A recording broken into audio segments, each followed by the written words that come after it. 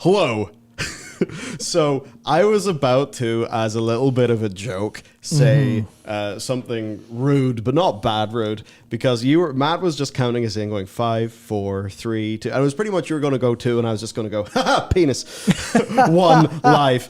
But then he said 2, unmuting. 1. Yeah. I'm like, oh, fuck. Interrupted. He fucking got me. I have to try and keep him I guess guessing every time just to make sure nothing goes wrong. The amount of effort has to go into stopping you from making horrible career-ending mistakes, I tell you. It's fine. Like saying the P word. Don't think I'm going to pull a Linus. Yes. Yeah. Well, not referencing LTT being nuked yesterday, but that's different. His previous. That look in Luke's face when he realizes that once again, Luke Lafreniere has got to save the entire organization because Linus put his foot in his mouth. Oh, that's good stuff. About to have a bridge moment. I do. Burn the bridge, cross the bridge. Or something else. I don't know, actually. Bridge too far. I don't know. Maybe. Unless bridge, the people who made the iPad keyboard, in case you said something. Probably not. I did like that's them. I did like them. I really don't know why you'd get their stuff now. It's kind of sad. Maybe I should look back. Yeah. Anyway, people are not here for random esoteric bits of iPad accessories. I think you might be here. PewDiePie Bridge? I'm not sure what this is. I have absolutely no idea what that is. Guess we're out of touch? Yeah, that's it. Fantastic. Matt, we're old. Hey, you're playing World of Warcraft. You're old too. Don't worry. Yeah. We're all fucking crumbly. But yes, it's quite a week, actually. Pretty much because half the time that I came into work, Matt said, by the way, you're recording WoW News today again. And I just came on like, what? What more? Why are you keeping Oh dear. So it's been pretty damn good. I had a post-flu fucking head melt week, and just all this content appeared. It's incredible. Now I've got mostly a free weekend, other than our escapade for John Wick and Wagamama, which is going to be fun. Sure will. I'm just going to sit down and play the World of Warcraft patch. I'm looking forward to it. Yeah, interestingly, that's most of my plan too. I can't believe it. Yeah, it's just hours of content to play. It's good. More than ours, which is people talk about Ebonhorn, and they're all like, "Oh, Ebonhorn, he does emotions good, woo." Yeah, that's insane. Yeah, and I've not even played that campaign yet because I've been too busy doing the human heritage and then the orc heritage. But obviously the orc heritage, because I don't have an orc, I had to get an orc and then spend more time grinding rep than doing the quest, and it was still worth every second of it. Running the Mechanar and Magister's Terrace repeatedly for an hour and then taking a break because I hit the instance cap and then another hour. Well, I was like, yes. Is this a grind? Yes, but in true video game fashion, this is actually a transmogrification, so you did. I bet maybe. Yeah, but that's not where I don't give a shit about that. It's like, okay, sure, rep grinding, but I did it for a purpose, and the purpose was access to a quest, and then I did the quest, and I went, happy. It's the anti-Shadowlands. You've taken everything you did in Shadowlands and went, we know what we did wrong. We won't do it again. We'll do the opposite. We'll do the opposite of what you don't like. We'll do what you like instead. It's like a big claim. It is, but I stand by it. Yeah. I absolutely stand by it. It's like whenever the title of this video or this stream is something along the lines of like amazing new quests or perfect new quests, and it's true. The heritage quests are completely insane, and I haven't even done the Bane stuff or the Forbidden Reach campaign, which they've said is also great. Yeah. And I'm sat here going, hang on a second. So instead of releasing no patches like usual, they're like, hey, here's the season 2 patch for the content. That'll be soon. But in the meantime, to tide you over, here's a load of some of the better quests we've ever put in our game. Like, that'll do. Yeah. I'll take it. You know? I saw people on Twitter talking about Final Fantasy XIV and in the context of, WoW was actually throwing a few punches. What? Yeah, crazy. They have been, like, you can tell everyone talking mad shit about their game for years really rattled them in the sense that it is, oh, well, what are you going to do when someone talks shit? The only thing you can do, well, there's 2 things you can do. Lie down and take it, or you can go, okay, time to redeem ourselves. Hey. And in every sense, they've redeemed themselves. For the Shadowlands. Yep. They've done the opposite of that, I suppose. So it's mad. As the title of our news video earlier this week, though, their backs are up against the wall. Definitely is. That's, a little bit of the case. It's pretty crazy. one of the topics we talked about last week was a lot of streamers saying, hello, where's our viewers? Where'd they go? Yep. And certainly, like, anytime that we've been able to get views, it's because we found a video topic and we fucking, put the jaws of life in there and crowbarred our way into people's sub feeds. Basically, the Avalorn video. We're just coasting off the Avalorn video. That's it. But yeah, it's one of those things like, WoW was never going to be popping again because can't be. You see, BFA, right? BFA was humongo giga numbers for like anyone in the World of Warcraft content scene because WoW was like coming off a really big high, so there was loads of people, right? It was fresh in everyone's memory. But then BFA was dramatic, so there was like everyone was talking about it. The internet was just talking about BFA all the time. And in fairness, compared to the old shadowy lands, BFA had more going on. It Sure did. Sure Especially, I mean, you get Macagon and Agitar. That's pretty, like, fair play to them. That was a pretty chunky patch. That was a good patch. Like, goddamn, yeah. So, except for Benthic, but yeah. Yeah, whoops. But I don't think they'd make that mistake again as much. That's actually a fun thing, right? Where I think at the time, and this is kind of weird because there's a little bit of, like, uncertainty over which player base left World of Warcraft the most. Just because we don't have access to numbers. We've got some ideas, but I think that very much dominated the conversation. I think I have an idea. Yeah, but like it dominated the conversation in BFA. It's like, oh, Benthic, this is a horrible mistake. This was terrible. But at the same time, I think a lot of like the good stuff they were doing wasn't really praised. Not to suddenly be like, oh, BFA was good, because it really wasn't. But you look at like in isolation, you look at a patch that had, here's a zone for people who, outside of maybe needing to do it for the Mega Dungeon and needing to do it for the punch card trinket. It was like, hey, here's a full patch zone for collectors and people who want to do rares and fun stuff. And then here's another one for the more gameplay oriented that has the raid and stuff in it. And that was pretty good, all things considered. I think at the time. I think if they did the same now and didn't have the issues, I think people would be like, you know what, that's actually really good. And I mean, that is kind of what they have done. Yeah. Except they've split it up. So 07 has the Forbidden Reach. And then one will have the Zarlek Cavern, which will be a little bit more Najatari compared to the with Fates Nakagani stuff. With well, I'm sure they won't appreciate you calling that the public events, but yes, it's mad. Like it's crazy. Yeah, it's mad. And that thing that I was saying was like, that's why BFA was still controversial, but people were talking about WoW. And then Shadowlands is just this fucking big pillow slowly smothering that community. Mm-hmm. And now like a lot of those people are gone and you're kind of saying like who left. And as I think about that, I think about a lot of the creators who make a lot of content that is kind of like following the day-to-day of the game balance, like this was buffed, this was nerfed, this class doing that, this is popping off an M+. I feel like they probably had stable enough numbers, at least from some of what I was able to see. I feel like Dratnos be Dratnosing. Like Jack be making fiery, tasty priest content, which I'm glad I can now appreciate now that I'm maining a priest. So I feel like, those sticky audiences, I think they kind of did stick around a bit more. Those more like high-end people, and you look at like season 4 of BFA, surely would have retained them a bit more. I mean, fucking hell, season 4 of BFA got you and me back into running M+ with each other.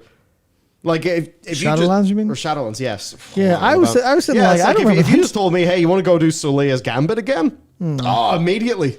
Yeah, it was pretty good. Solia's Gambit is so good. So I feel like the people who left are those quiet people. And the reason why I say that is because they never really came back for this expansion in the first place. Per some of my intuition with YouTube numbers. A lot of the Twitch people with like the dedicated M+, PvP, etc. audience, those core people came back. Right? Yeah. The people who like are playing WoW in the same way that maybe, I don't know, a competitive Destiny player does their thing. Like they came back. But what I noticed is... So the way that YouTube works, people often think like, oh, wow, the algorithm's giving me juice. Hell yeah. It doesn't really work like that. The algorithm, it's You know, we always used to joke, and it's kind of sad now that Susan's gone. It's the end of an era, purely because we would sort of form this like little quasi-religion about, you know, please, Susan, give us the views, Susan. Because it would just feel like you hit the live button in a video, and it's like, will Susan give you the numbers? Who knows? But the reality is, right?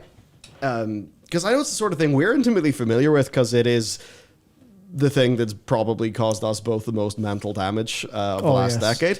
Absolutely.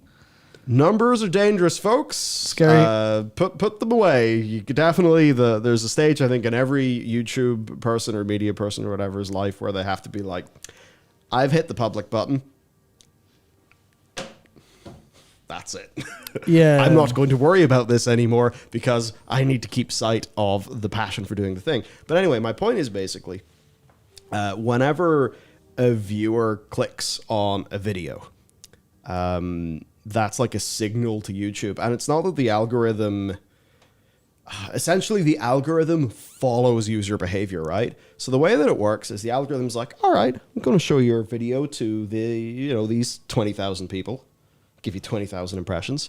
And, it'll have like a bit of a profile for those 20,000 impressions, right? In the same way that, you hit F5 or Command R or whatever on your home feed, and there'll just be a bunch of videos that are vaguely within niches and channels that you watch, right? Mm-hmm. And then the way that it works is it marches, if test number one, right, if the first 20,000 impressions do well, YouTube's like, all right, we're going to expand it out.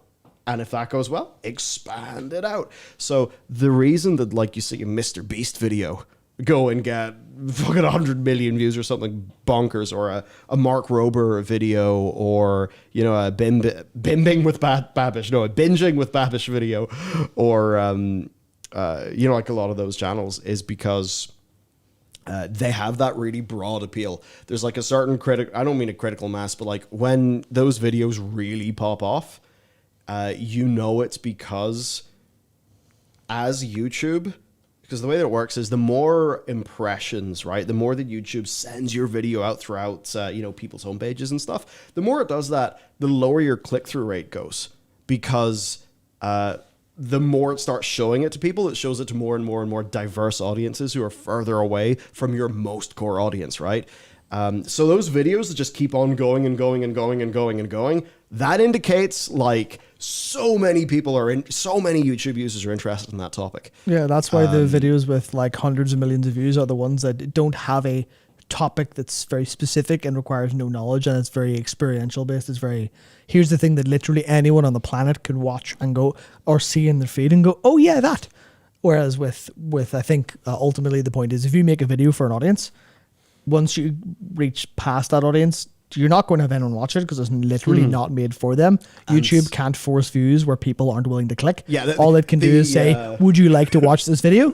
And you go, yes or no, and that's the height of it. We're not quite at the stage where the YouTube algorithm's like, damn, we've ran out of viewers. Okay, let's fire up the cloning vats and make some more. Yeah, thankfully. Yet. Bots exist, but that's it. But so what that means, right, is we would see like an average kind of headroom for our content where it's like, beyond this number, it just doesn't really, there's not that many more views that it can find, not many more viewers that it can matchmake the video with.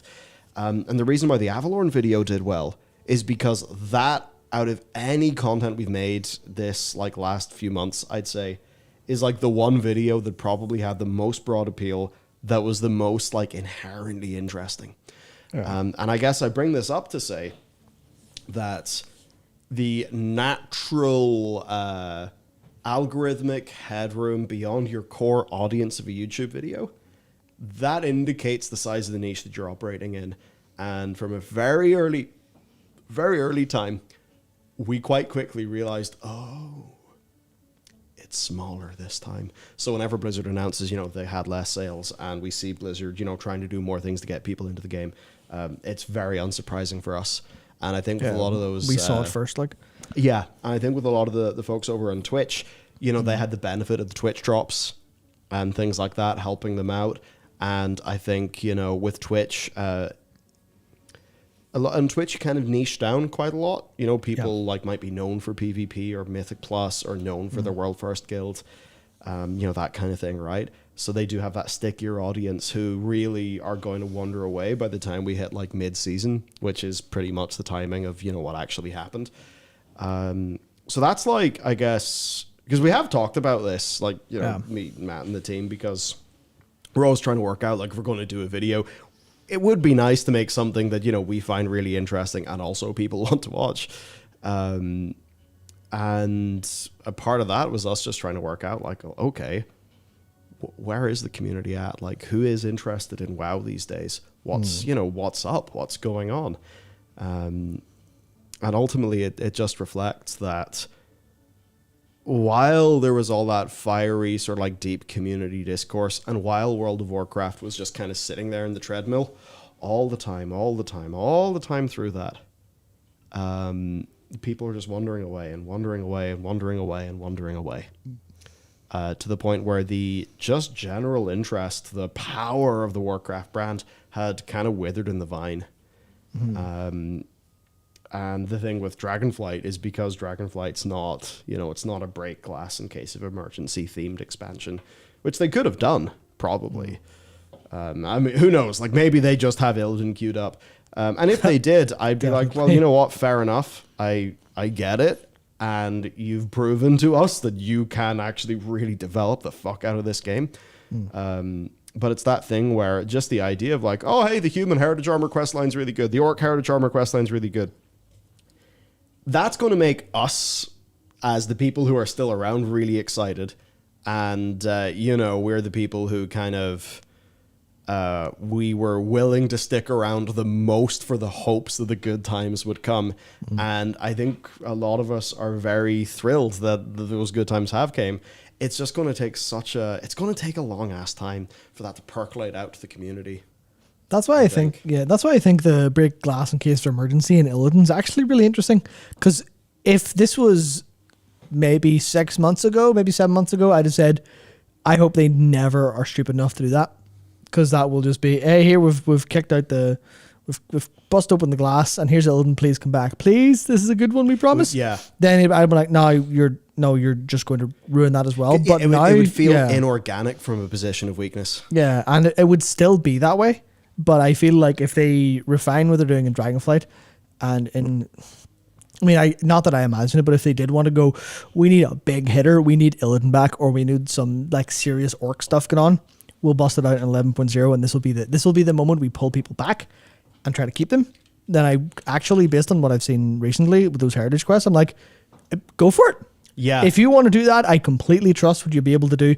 Maybe not in the most interesting story way, but in the sense of you'll be able to have compelling emotional moments with Illidan speaking to Tyrande and Malfurion, and that being like, that's all you really need. If you do that right. Yeah. And build up what actually feels cool, then otherwise you'd be like, yeah, you'd be actually winning, and people come back and go, this isn't the game I left. Dear, what? That's great and fantastic. Given that right now they're like narratively acknowledging items people got like 14 years ago.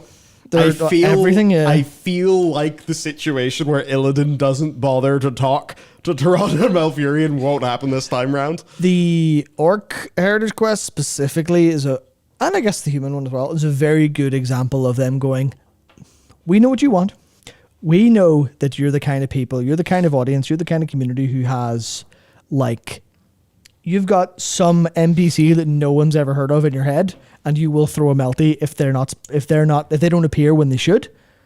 And they seem to have enough people on the team and enough like time and stuff they're looking at it going, yeah, that will be there. That person will be there. That person's plotline will have a gossip bit of dialogue that'll go through what happened to you in the past 10 years, and they'll be able to deliver that pretty handily. Yeah. Because that's basically what they did with the Orc Heritage Quest, with all of the Orcs gathering. You're like, this is honestly sick. It's the sort of thing where, you know, it's like in the world of friggin' stocks or something like that. That, you know, the people who make the money are the people who kind of sit there and do the analysis, you know, like a year before the thing pops off and everybody else realizes that it's good. And I suppose a bit of me thinks we're like in that period with World of Warcraft where we are seeing we're just seeing that. I suppose people sometimes say, you know, workmanlike, which always seems like a loosely defined term. Yes. But whatever that means, I think we're actually seeing that happen. So that means that, like, we're in that funky position where new patches came out. A bunch of things have been announced. 10.1's probably not that far away, which is crazy to say considering we're just a few days off, post patch day. But that's where it is, which is mad. And then we're kind of still in this context of like, WoW is trying to get its cultural relevance back. So it's interesting. I always think about Mists of Pandaria. Patch 5.2 is an incredible patch. But it did take until a bit after 5.2 for those sub numbers to go back up. You know, it wasn't just 5.2 is a good patch, numbers go up. It was that period of like 5.1, 5.2, or really 5.2, 5.3, 5.4. At the Time of Isles and Siege of Orgrimmar. And I think Siege of Orgrimmar probably helped a lot with just how good its marketing was. Remember that in-game cinematic, hyping up the raid, like, holy shit. So I guess the point is it's a slow burn, but I think more than any point in the last decade, they're actually producing the goods. I mean, you compare Legion Legendaries and Legion Titan Forging to what Chimes was posting about, the Chimes, the World of Warcraft developer, with the new upgrade system. That's better. Yeah. That is something I far more want to play than Time Walking, Definitely, yeah. And then you look at the narrative of these quests, which certainly seem to be better than what Legion was doing in some ways. Well, that's where Legion's an interesting comparison, because there's lots of moments in the Heritage Quest where I went, this is Legion.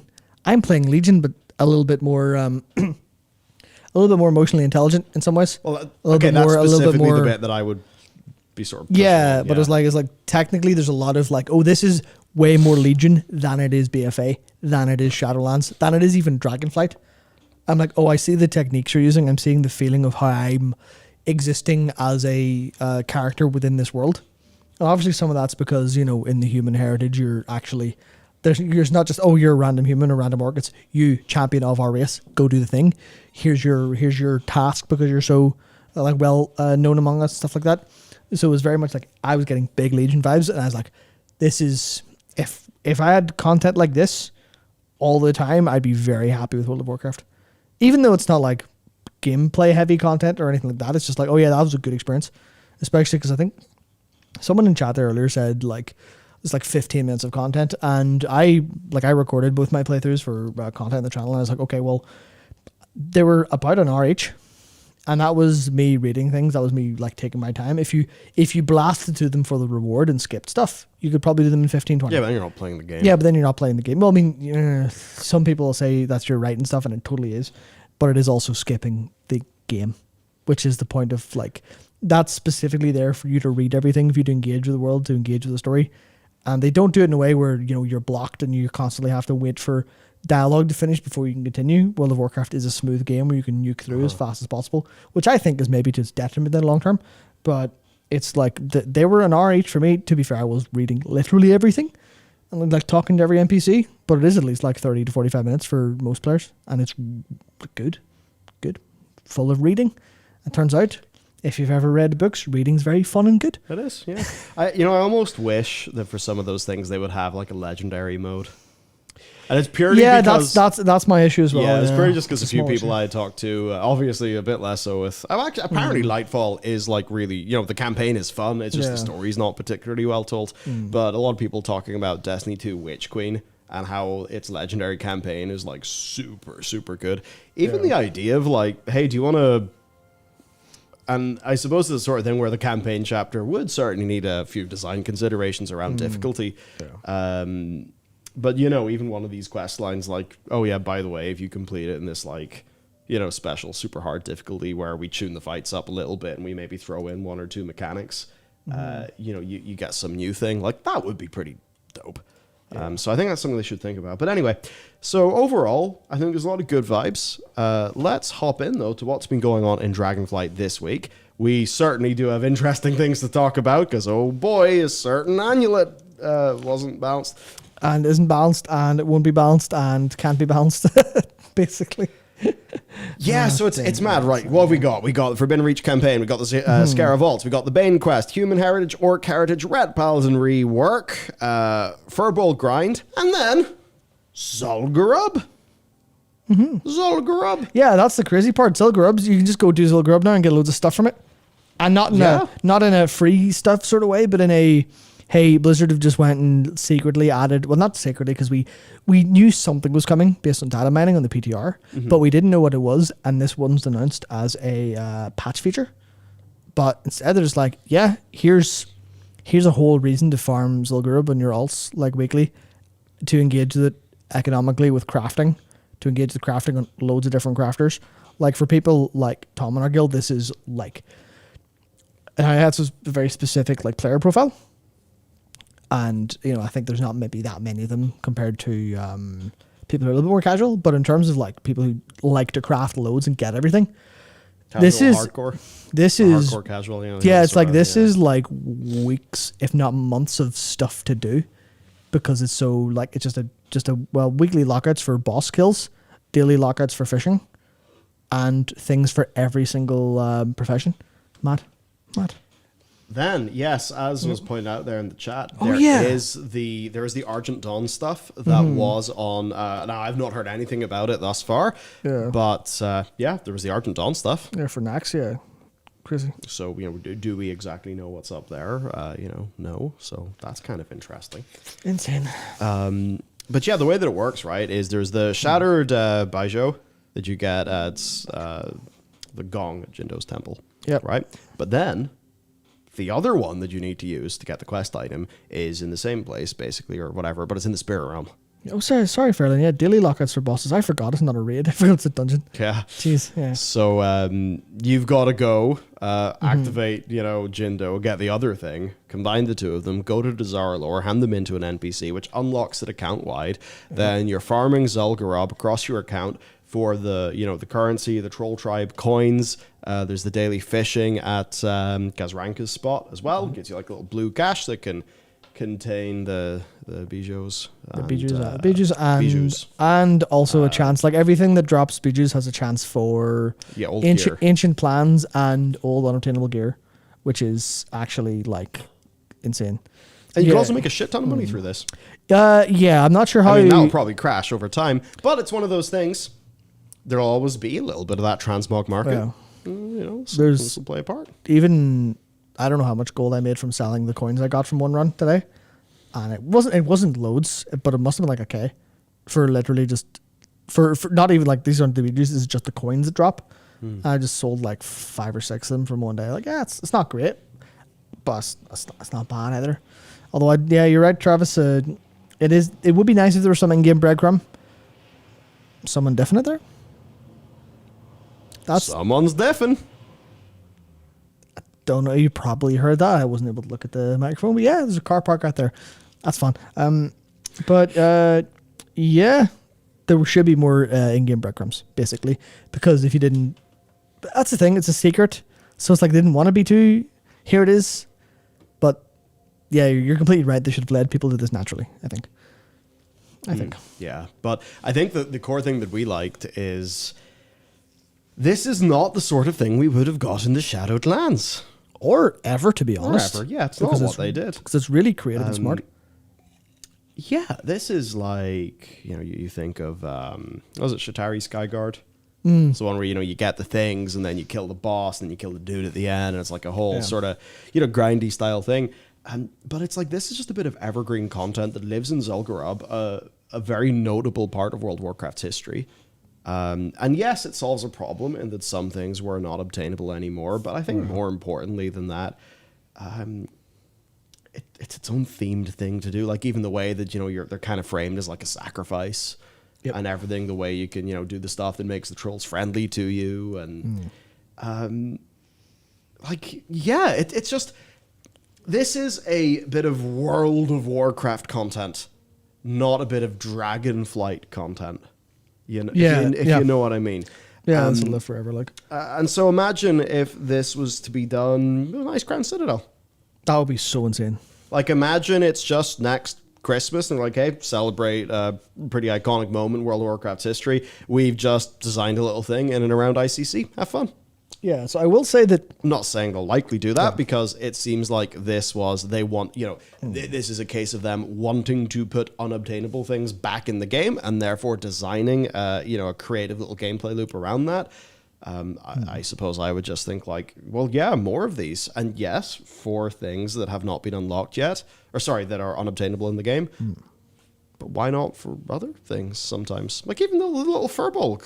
And obviously the Furbolg reputation grind, it is what it is. It's like it's nice to have. Or, like the Honeybee one in BFA. It's like more of that. yeah. More of that, because I think the people who have wandered away from World of Warcraft are not necessarily the Mythic Plussers. No.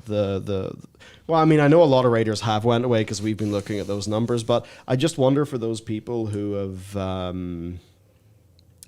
who have wandered away from the game just because they kind of felt like maybe that top end content wasn't for them.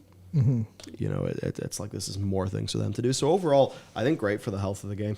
Yeah, I think it's honestly fantastic, and I didn't expect to enjoy it as much when I did it this morning, because I read about it, I wrote about it for the news, and I was like, okay, let's give this a try. Let's get some B-roll so we can show off what's going on, so I know what the crack is. And then I went through it and went, I really enjoyed that.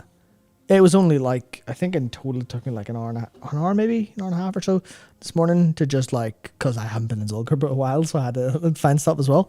I was going around, but this was actually a great experience going back to Zulgur for a good reason. The fact that there's an NPC that's related because he was originally involved in the Zandalar tribe stuff back in the day, Rinmosho the trader, and then there he is in Dazalor, where it would make sense. But then he moves to inside the instance. That must have been a lot of work, but it makes complete sense. And I think Zulgurb's a pretty unique one because of the history of Classic and the rework, and also the fact it's a big open area you can mount in, so it makes more sense for that. But I could totally see them do it with other places. It's actually it's honestly wild. There's something there I wanted to see. Yeah, it was Phage was saying, can you boost a level 60 base orc, get exalted with Orgrimmar and then go do it? Yes, that's what I did, though you will have to wait 1 day after boosting. Something I learned the hard way. Right, I was like, I'm going to go into the Mackinac and start recently boosted characters cannot access legacy content. Please try again tomorrow. Yeah, well, it makes sense for some reason, but it was still I would highly recommend it if you've got the boost from buying one of the editions of Dragonflight and you're just chilling there. Absolutely, I'd recommend it.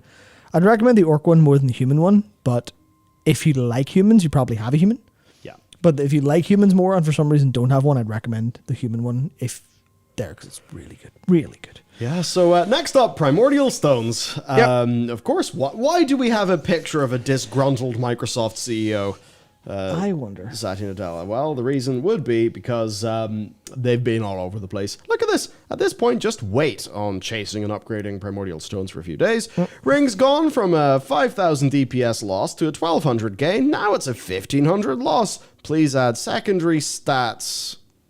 Thank you. That would be the bandage fix, Blizzard went, you could say, a little bit daring, saying this bit of jewelry has no secondary stats.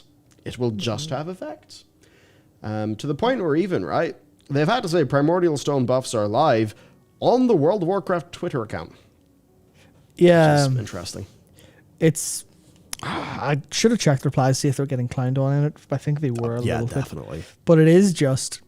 They decided to do a thing, but the thing applies across the entirety of the game and the entirety of the players, and everyone's going, But it also involves balance where clearly the person making this, I imagine, was kind of separated from a lot of the teams or kind of made it in isolation and wasn't able to say, wasn't able to go, hey, priest designer, shadow priest designer, you're the balancer of this. What do I need to do to make sure this works? And probably didn't do that for all of the specs, and that's why there's stuff where someone's coming around going, hey, with no secondaries, this is never going to be, unless this is stupid broken, this is never going to work. and it can't be stupid broken because it applies to literally everyone. So you lose the fine tuning of, oh, well, like a tier set. If a tier set's busted, you go, oh, well, I can change the tier set for that spec. Fine. But for this, it's just, oh no, this is going to apply differently to every spec. So how do we make it good? But we don't want to make it insane. How do you solve this? And it's ultimately a case of, I think they tried something, they thought it was cool, but they just aren't able to execute on it balancing wise because their specs are they're so complicated, and you're not dealing with 10s and 15% when it comes to spec differences. You're looking at a 1%, as we actually have proof of, like a 5% difference in what they expect to what's reality can completely shift the rankings and go, no, that's completely and utterly pointless. So I get the idea of wanting a bit of catch up, but it looks like it's just a failed experiment. And it could have, there's a world where it went okay. Yeah, and in a week it could be more okay, but there are fundamental issues that will be hard to overcome. That's the problem. It's where the fundamentals come in and you go, well, can you overcome the fundamental issues without going back on your promise or your idea? Because they could just make it a very strong ring with bonus effects. Yeah, and then it loses like okay, well, we have to go back on that. What secondary stats do we have? Because certain classes like secondary stats. Oh, do we have customizable secondary stats? Oh, now we have a load more work to do for this, and then that results in other problems where people are like, well, what if I need the same gems in this and same gems in this, and then I know you can buy a second annulet. I thought that was cool. Yeah, that's really cool for different gem loadouts. And it's like, but then I have to get different ones to different stats and change them around loads. So I feel like there's a load of minutia where they dared to go, this is a cool item and it's powerful and you want it. And then everyone's like, good luck. And they just weren't able to capitalize. And that's why they've had to buff it a dozen times. I mean, it's like 3 or 4 times in a row. And then everyone's like, this is now great for this spec, but shit for this spec. At least they've been quick. I think ultimately what happened in a way is they took that item budget away from the secondary stats, and that meant that those effects whenever they proc will be more noticeable. Will feel better. So they kind of cleared room, but then, which funny enough is the exact it's the exact opposite of what they're doing with the very rare items. Because the weapon procs from the what's it called? Ashkander, the 2-hand sword, and then Jaren, the polearm, they've notably, instead of like old weapons being this way, they've actually kept secondary stats and weakened the proc substantially instead of having the proc replace secondaries, because secondaries are way too key to how scaling works. So obviously whoever did that and whoever worked in this ring and ideated this ring weren't on the same page in that regard. Yeah. So maybe there's a little bit of like reward design teams being slightly too compartmentalized or something there, or something along those lines. I'm not entirely sure. Maybe this was like a world reward maybe this wasn't done by like the raid reward team or something like that. And that's ultimately been this separation of, you're doing things right here, but you're not doing them right here. So that might have been the case. It is unfortunate that it's kind of been a pretty substantial downer for a lot of players on a patch that's otherwise really cool. Yeah. I'm like, broadly speaking, the picture is so good that I'm kind of okay with it. It's the sort of thing, because this is happening later on in a tier where it's not as make or break, that certainly helps reduce the sting. Yeah, see, that's the problem. But if this was to happen at the start of a tier, then you could really imagine a situation where it's like, well, people are in raid now. People are making kind of gearing decisions. Yeah, but that's the problem. People are making gearing decisions now because this ring is intended to carry people who aren't at the top end into Season 2. Yeah. Which means you've got this issue of, well, how are you going to do this? Are they going to make this work? Give it the time, or are they going to say, whatever, deal with it? And that's the thing of Blizzard recently haven't been very bad at that. They haven't been the kind of Blizzard that go, well, that was a failure, you're stuck with it for 6 months or a year, or the whole expansion. They've not been doing that at all. But people still are like, well, they could do it at any time. They could just say, no, this is best now, we've made it super strong, so you have to use it. Go fuck yourselves. And sorry about that. Is it Shadow Priests? I think Shadow Priests or Boomkins, or maybe both, are like, they scale so well with secondaries that the effects are kind of shit for them, no matter what. And you go, oh yeah, well, especially when they have they can't use the interrupt one anyway. Well, they can, but on a very long cooldown. But like, yeah, you need to tune them on a per spec basis instead of them being one size fits all, which is complicated. Yeah, so you look, this is planned going into season 2 as part of the budget. Okay, so does that mean that for the start of season 2, for the first like week or two, for once in my life, I'm well hydrated, so I can't. Yeah, no worries. Like, so like the first, so for the first like 3 weeks maybe of season 2, are you going to have an issue of just, sorry, classes that this ring doesn't work very well for, you're a bit scundered, you're a bit scuppered. I think that's ultimately the issue going forward here, but I think they've done I kind of trust them to at least leave it in a salvageable position, but it is also happy that they've done this now. Because imagine if they did this when 10.1 launched. It'd be such a nightmare. It'd be such an absolute nightmare. Yeah, and that's the thing. Like Sebastian there says, Boomy, ring's crap for them. Doesn't care less. Fine without it. Doesn't matter. Only a game. Not going to act like I'm in a world first race of that go. See, I completely can see that, and I would largely agree with the sentiment, but it is a case of where on the spectrum of reality matters to you, I think, because you might not particularly care, but you might be the one who's cognizant that you don't care. But then there's people who are just to certain people, it just feels bad not being optimal, or it feels bad being left out in a way. And yeah, I think adding secondary stat stones is a good solution. But I think that's the key issue, right? Blizzard are like, hey, here's the thing, and it's busted, and we clearly had the wrong idea. Now we have to fix it, and we have to triage, and it's bleeding out. We have to do something with it. And then just people in chat are like, how about this? Are like, there you go. That's brilliant.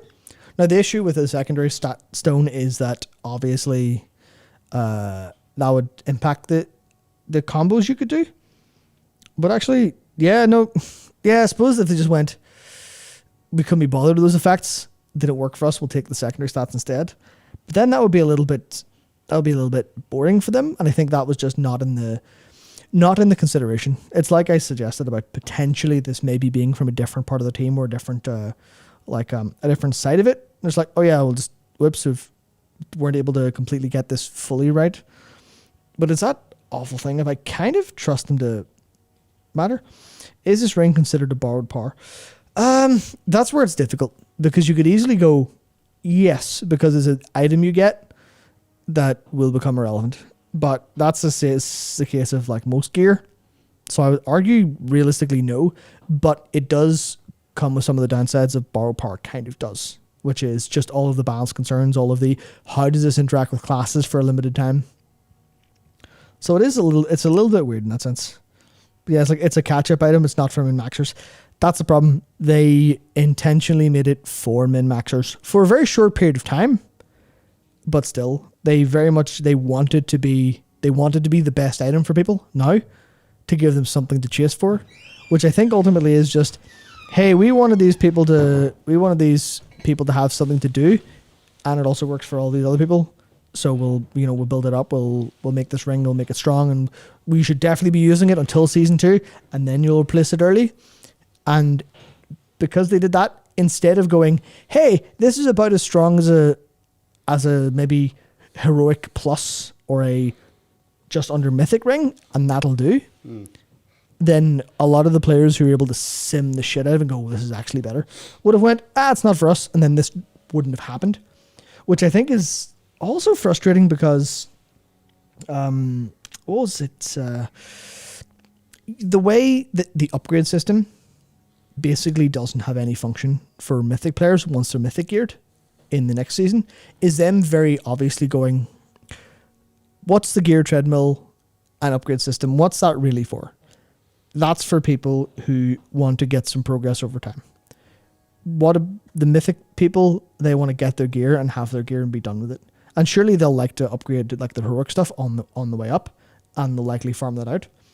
But as a point, if you go to like here, and this is like mythic levels, like anything beyond that, we want to keep that reined in, want to keep that fixed, want to keep that for a different sort of people. And then you go to the other side, it's like, yeah, you up here, do whatever you want. It's all about people having fun and progressing the game at the speed they like and the speed they enjoy. But then the other bits are just like, yeah, let Mythic players do whatever they want, but keep it simpler for them. Because as soon as you let them have an impact on the rest of the game, then suddenly, I don't want to. The phrase that came to mind is people start dancing to their tune, which is a little unfair to them because they're just trying to do what they do best. It's like if you don't have an intentional wall between the communities for most things, then there ends up being opinion and ideas bleeding through. And it's like that. Was it an ex-League of Legends person had a Twitter thread about how they saw basically a lot of stuff happening in League that was the high-end players' opinions would be adopted non-critically by people who it didn't apply to. And then they would say, oh, well, we mirror the high-end opinion without realizing that the high-end opinion actually makes the game worse for them because it's a single game. Whereas in WoW's case, you can kind of just build a wall between the two and say, hello, here's for the people who, and I mean this in a nice way, aren't insane. And here's the part for the players who are insane. Both of you will have optimal fun and none of you will scream at each other. Fantastic. And I feel like optimistic of you. And I feel like that's what they're largely doing. But there's certain times where, like, they're doing that now where they weren't before. And this is a part of, this is what, it's not as bad, but this is kind of Shadowlands-y in feel. This is kind of BFA in feel. In a microcosm. But it kind of is. And that's where everyone's going, that's got the bad juju. We don't want that bad juju no more. Give us the good one. You know, all this new stuff, give us more of that, please. I think that's where a lot of the issue is. Like, yeah, it's a wound that's been poked. Exactly. I don't want to say it's a mistake because they could be able to work it in, and then the acquisition and stuff might be really nice, but they really do need to go, okay, how do we make this not a problem immediately? And I think one of the frustrating things about the community is, this is like universal among all communities. It's like, if a problem goes under the rug, then the problem ceases to exist because there's a lot of mountains made out of molehills by the nature of online communication and forum posting. And obviously, like, I wouldn't say that to cover up actual problems, but this is definitely like a really minor asterisk on, like I say, otherwise a great patch. It's like, there's another asterisk. Warlocks. Oh yeah, well, Warlocks can fuck off anyway. All right, so that's yeah. I think it just comes down to bug. Bug makes DPS higher. Wow, Warlocks are the best. What? Wow. About time. Let's go. There you go. Yeah. But this won't be relevant anymore because the bug's fixed. This is not relevant anymore. Yeah. Yeah. So see this? Mm-hmm. There you go. Doesn't exist anymore. It's old information. Dead now. Bye. Mm-hmm. Fantastic. Also, yes, this has been fun. Crafters getting a bit owned. So one of those things, right? You can place public crafting orders without all of the materials, and the crafter will have to supply them. But this has not all went exactly rosy. Here's a big post in r/wow. Do not get scammed. They do not require customers to provide materials anymore. Which I'm assuming this is a case of like people accidentally using mats and underpricing and losing money. Yes. So fundamentally, this is Blizzard went, hey, here's a new thing where you don't have to get the mats, so more people will put crafting orders in if they don't need to supply the mats, because that's a step from the poster's end. Bit more effort for crafters, bit more expensive for crafters, but also it's more likely to make more work orders. And then they added a little box that goes, hey, this is going to use your mats. Press OK if you want this to use your mats, because it's going to have to. Please, please, are you sure? Please, yes, definitely. And then apparently people were either not reading that and clicking yes and going, my mats, oh no, I've just been scammed. Because it feels like a scam, because you don't expect your mats to be used, but you didn't read the pop-up. But you didn't read the pop-up. But that's where you get to this bit, where you see there are a few people on my server who posted 30 plus crafting orders spread across multiple professions, offering a way lower price than the materials for certain crafts, as in not even 10% of the mat price most of the time. How is this not seen as a scam by Blizzard, since crafters can accidentally craft it without looking at the order properly? And obviously you go, well, what's the term? Problem exists between keyboard and chair? PEBCAC? It's like, well, yeah, seems that's profoundly between the keyboard and chair. yeah, but it's also like, It's like it's a market, and because it makes no sense to craft that order, it won't be crafted, it won't be fulfilled. Yeah. And if you yeah. But the issue then is there's a lot of orders now. And people are like, oh, finally I get to use an order. The order that I want to use is exceptionally overpriced because I have to use my own mats. Because users without that step don't need to give a shit about price. And they're just like, do this for me, crafting monkey. I'll give you some gold. This is for you. You're not doing a job for me. I am honoring you with a work order. And it's now basically work orders are expensive to do. Because if you say, hey, do you want to post this and use your mats? Or do you want to post it and not use your mats? Every time people say, I'm not going to buy mats. And then they have no idea about prices because they're just Joe Average going, I want a crafted item, give me the crafted item. And that's ultimately the issue where it's like, it's basically a Blizzard UX problem and a Blizzard kind of problem with this overall. But it's like, it's not exactly scamming. Like, yeah, it's not a scam. You'd hope that people would just sort of acclimatize to this. Yeah, you think so? Over time. Now, what is interesting is Blizzard is looking to other solutions here to provide more experience. Yes, Ian said that in the future, but likely not for season 2, they want to have something where NPCs will actually have put up crafting orders. Yeah. I think basically to make it so that people actually are able to do more of them. Because obviously that's for a lot of people really useful in. Making their, getting their skill points and stuff. Sure is, man. Picnic's a good one. Problem in chair, not in computer. That's a good one. Very fun. So, new patch. Another one! Patch 10.1. Things have happened. Our router scuffed. Matt's going to try to fix it tomorrow. Yep. Pog. I love computers. Computers are great. I will not explain my issues with Virgin Media's customer support here because I'll be unprofessional. Yes. Mythic Plus, you're getting better vault loot. Yep, comparatively, yeah. Yeah, you are. Good. So what we have here is the great vault item level that you're getting, but then the equivalent increase, relative to season 1. So 7, 10 item levels higher. Yep. For, your +4. 9 items level, item levels higher for a +7. I think the thing that really shows it best is this graph from Wowhead, where you can see the season 1 equivalent, and then you can see with season 2 as it's going up to 15. And broadly speaking, that shit's higher. Yep, indeed. I think it's one of those things. People didn't perhaps find Mythic Plus to be as rewarding this time around. Yeah, it was certainly an issue with it. Of course. Well, Blizzard did change things so that it was fully scaling. Things were more fully scaling up to 20. They refactored some of the difficulty levels. They clearly were trying to nudge people up a little bit higher. It perhaps seems like, and you can see like it is all very very similar past like a 12. But yeah, they just want that to be a bit faster, and it'll sort of rejoin where things have been beforehand. Indeed. So, yeah, I think that's probably a nice change that people will appreciate.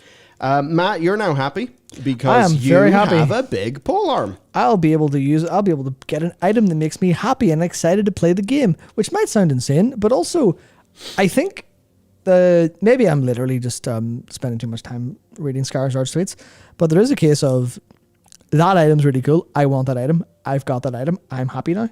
Yeah. There's a little bit of that. Oh, that's cool.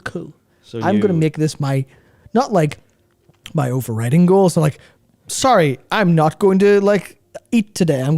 I'm so obsessed with this item. I have to go get it. Nothing crazy like that, but just you know what? I'm kind of on the fence. Do I play balance? Do I continue playing Feral? And the game goes, there's a cool ass polearm. I'm like, and what's cool Feral it is about the new upgrade system is, if you happen to get this while we're just clearing normal, it's because we're a heroic curve guild. That's our goal. You can then be happy that, I have the drop. I can upgrade that and it'll be useful in heroic. Happy. What it does, though, it's a 2.5 minute cooldown. When you use it, you ignite the Elder Flame to siphon heat from nearby enemies, dealing fire damage to them and causing your melee abilities to unleash waves of lava, dealing fire damage split between everyone. So it basically gives you a big explodey fire cleave for 10 seconds. Which is cool. Yeah, and sure that will make that'll make this more memorable, right? You get a new weapon and you have a new button now. That's cool. So that's nice. But then, is it a very rare item? Yes. Yes. Okay. So our second very rare item is the Beacon to the Beyond. Yes. Which is cracked. And wait, it's not the one that's cracked. It's the voice of the Silent Star that's cracked. Yeah, no, Beacon to the Beyond is the one that was called the Envoy to the Empty, which is a way better name. Please change it back. So this, is this named after a fallen Anshe? Is it named after Losho? Maybe in that cosmology, Losho is actually called Anshul. Who knows? Someone actually mentioned, and I can't believe I didn't see this, but Shul in Shathyar always means death. So... So it's like, is it a dead Anshe? In the sense that a dead star, is a voidy, cosmic-y, has the sun actually become the void? Dead stars are cool. And is that the case of we'll have to go restart Anshe? Dude, that would be cool. I'm so fucking glad Anshe didn't turn out to be so foul. Big Sim, yeah. No, big they Sim. must have. They turned away from that plot line and just said, "Sorry, Bane. The cost of you having content is that we ruin all of Night Elf and Tauren cosmology and faith." Yeah. Bye. But this one, though, whenever you use it, 2 minute, 30-second cooldown, you open up gates to seemingly like void. To the void, yeah. Death Star, dealing just a bunch of damage. So, big boom, very cool. And then we have the crazy thing. The crazy thing. The voice of the Silent Star. Because you steal the secondary stats of your allies. Yep. Whenever your allies take damage, the voice has a chance to beckon you. Upon hearing the call 10 times, you fully submit to its influence, stealing 139 of the 4 nearest allies' lowest secondary stat, giving you the stolen amount to your highest secondary stat. So obviously, this is good because their lowest secondary stat is going to be the one that they are not focusing on. It's almost certainly not going to be the one that's most versatility. Yeah. And because it's split between 4 people, they're not going to tremendously notice it. But then it's your it's your best secondary stat, probably your highest one, assuming you've kind of itemized your character decently. Yeah. So basically, it's cracked. And also, you may notice it has no stamina. So if there is some situation, I've blown all my shit, I've thrown down my barrier, I'm doing a big ramp, everyone lives but you die, and you have that cloak, it's your fucking fault. Skill issue, should have defensive. Yep. Sorry, did you die with a health stone in your inventory? Hang on, do you have healing pots? Are they the old healing pots or the new healing pots? Oh, what's that? I see you have... Not gonna call it anyone specific. So I am literally going to mention borrowed power. Yeah, stolen power. But I'm going to mention. I'll use my own defensive to not call anyone out. Oh, you died with bark skin up. Ooh, oof, ouchie. That's on you. That's on you. Get good. Yeah. So hey, I think this is cool. Let's see, what do we got here? Can't wait to see people get kicked from M+ for having the cloak on, and this on a tank with everyone making sure versus lowest. I can see Biss for tanks and M+. There's 2 different kinds of people having different reactions. Doomer versus Bloomer right there. Well, the Doomer seemed a bit more enjoying the Doom, but yeah. And this is the coolest, most thematic thing I've seen in a while. I love it when stuff is hog wild and weird. Absolutely, 100%. And this is a very rare item. Yeah. So this is... I think purposefully powerful and in the fun box. Yeah, it's in the same vein as the Rezageth bow or the Jaren, the polearm, etc. Also, let's do some maths. 139 goes away from 4 people. You get 1392 plus stolen amount plus. Yeah. So. It's Gucci. Yeah, it's a big net gain. Yeah. It's a big net gain, assuming that you're statted correctly and you're not like 20 item levels below. And if everyone had it, it would be a net gain for everyone, especially because it's lowest versus highest. It's like, it's well designed to be... The whole raid team explodes. Yeah, it's like, it's very well designed to be not a really big deal for people who get it stolen, though it is also very funny. Yeah, so it's really well put together, all things considered, I think. Skarzard says, "Behold, bask in beautiful silence." Yeah. And noted that the stamina missing is intended. Yeah. And just said about somebody saying, "I love fun, unique ideas, but I'm scared of the toxicity." There's always a fear of that, especially within a community where key depletion exists. Yeah. But as he says, I mean, he does have a Chad's response of skill issue. Skill issue, yep. So again, Ian, thanks for what was it? Conning? What was it when coining? That's it. Coining? Thank you for the skill issue moment. He just said. That was good, yeah. So to be clear, I definitely hear the feels feedback. But if you don't time a key with gem or enchant's worth less of your DPS's least valuable stat every 2 minutes or so, and only while in combat, the cloak isn't why you didn't time it, which is also likely quite true. Mm-hmm. Indeed. Now let's see, what's this change? Nethalorus. Nethalorus. I was looking to see Nethalorus. Half the dungeon's been removed. It's now it's now shorter. Yes, the left side is gone. No, unfortunately. Unfortunately, we don't find that. To go through some of this, then what do we got? We got there. Oh yes, researchers under fire scenario. Yeah, new scenario, POC, which is what? Yeah. Cool. So this is just like an ongoing sort of public event thing. Yep, it's another public event every hour, so not like the every 475 years community feast at launch. Yeah. Which that's definitely why my renown with Iskar is very low and nothing else. It's just that I missed it every time I logged in. But yeah. Yeah, a new thing that they're just testing out, which is got Thiel and Dark Anvil. You'll remember him from Warlords. Well, indeed. Because you'll also remember him if you play the game much and level characters, because you do the Iron Horde intro all the time, over and over. And you'll know him well. Yeah, and you draw very interesting shapes on the ground with his exploding keg powder. You sure do. Mm-hmm. So there you go. We got that as one of those things that's happening. But also we have fates. Public objectives? Public objectives. These aren't full active time events. These are public objectives. These are they're only partial active time events. These are POs.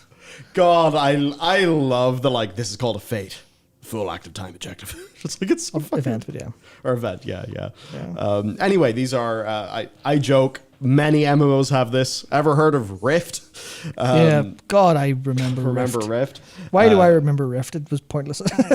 I know I've definitely angered some people who are like, Rift was amazing. I only ever played like a couple hours and I was like, this is very mid. This is very mid. Back to World of Warcraft. What's wrong with me? Anyway. A public objective is a 5 to 10 minute publicly credited bonus objective. Players will all make progress towards its completion to gather 4 rewards. These appear as stars in the Zaralet Cavern map. Stars appear 30 seconds before the event becomes active. Sick. It's kind of like a fate. And that is really good. It's great, yeah. This, perhaps, is the basis of the sort of thing they can do in the future. Which is good. Yeah, I mean, hey, if the scaling feels like a bit decent in these, you could have big MMO vibes, right? Lots of people in a zone going around doing a train of public objectives. Maybe a rare boss spawns. Then because you have lots of player clumping going on because of these events, then those clumps of players are going to go deal with a rare. Maybe by the time they deal with the rare, another public objective is going on. And that's the sort of thing that could happen in Guild Wars 2 as the public events kept on happening. So yeah, that's good. I assume these will be fairly, these will happen a fair bit. And I imagine the closest we had to this is the Centaur, the Great Hunts. So I suppose this is just more and more things like that being in the game, which is maybe us seeing they are working and how they can deliver different formats of world content. Definitely. Because I think they've... That's obvious. Yeah. Evidently, they've just realized clear all world quests every day. No. You'd need more than that in Curve. I mean, you needed more than that in 2012 whenever Guild Wars came out. Or when Warhammer Online came out, as people are pointing out. True. Yeah. There's also some new side quests that are available on the public test realm. We have some UI things as well. Clicking on a quest icon on the map will now open the quest details in the quest log. Yep. Mousing over an icon on the map will highlight the corresponding entry in the log, vice versa. That's actually quite a nice little quality of life thing. Mousing on a quest icon in the log or the map will temporarily show any blobs for that quest. That's great, yeah. That's great. In cross-faction guilds, the roster has a faction icon, which you'd need that. Color contrast improved for PvP leaderboards. Match average matchmaking value on the solo shuffle scoreboard has been changed to roll average matchmaking. Yeah, just a lot of really small, cool things. Little small tweaks. You can now snap frames to the corner of other frames. Yep. So that's nice. And yeah, so there you go. Just, hey, it's a PTR build, right? Lots Things of slowly march on. Yeah, lots of like really between the lines kind of improvements, and lots of, hey, this is actually a fundamentally new thing. Because you'd imagine they maybe talk about public objectives, but instead they're like, here's the thing. It's not a big deal. We do this all the time. We constantly make this game bigger and better. We don't need to make a song and dance of every time. And that's like a thing that gets fed through, and you go, oh yeah, it's not a big deal that there's loads of cool stuff. Very good. Very good. So, the first thing, I think we need to acknowledge a remarkable piece of attention to detail by Matt, which is that this moon lines up with the center of this swirl. Definitely intentional. I'm so sad. I thought, no. Fucking hell, that's a nice touch. No. That's a really nice touch he put into this. No, I would not be willing to take credit for that, because that's really cool. So, we're ranged outlaw rogues now? Yep. So the thing is, no more explanation required. Yeah, I'll fully confess, I basically don't know the Dalladry of Shadow. I have not really played Shadow since the first 2 weeks, or the Oddworld quest, because I disc. All I do is disc. So you probably know overall more than me. From what I understand, though, the TLDR is that the Mindseer gameplay, which, to use a word game designers love, felt a bit clunky. I think just because of like, I don't want to say it's like the tick rate of your insanity being drained from it, but there's just times it wouldn't feel slick in combat, and they actually directly speak to this. Here, we feel Mindseer as a spender was a worthy experiment, and I agree with that. It is a worthy experiment, but the gameplay's not been as smooth as we envisioned, which I suppose is a similar word to clunky. It is. It basically means just that. It was the case of, I think because it was a channel that had an indeterminate kind of, we don't know when this will end based on insanity income. Yeah. When you press the button, you can't press the button and go, okay, well, you have X insanity. That's how long the channel lasts. So it always felt like the channel ended prematurely, because you're like, I'm done. Okay, I'm done. Okay. Especially when you didn't expect it to end when it did sometimes. That, as well as the fact that you were constantly channeling between your Mind Flay and your Mindseer, meant that you were extremely quakinged. You were extremely volcanicked. You were extremely storminged. You were extremely Razageth swirlies on the floor. You were extremely thunderinged. You were extremely hit with everything. You were really weak to loads of stuff. Fucking hell, Art Affix is amazing.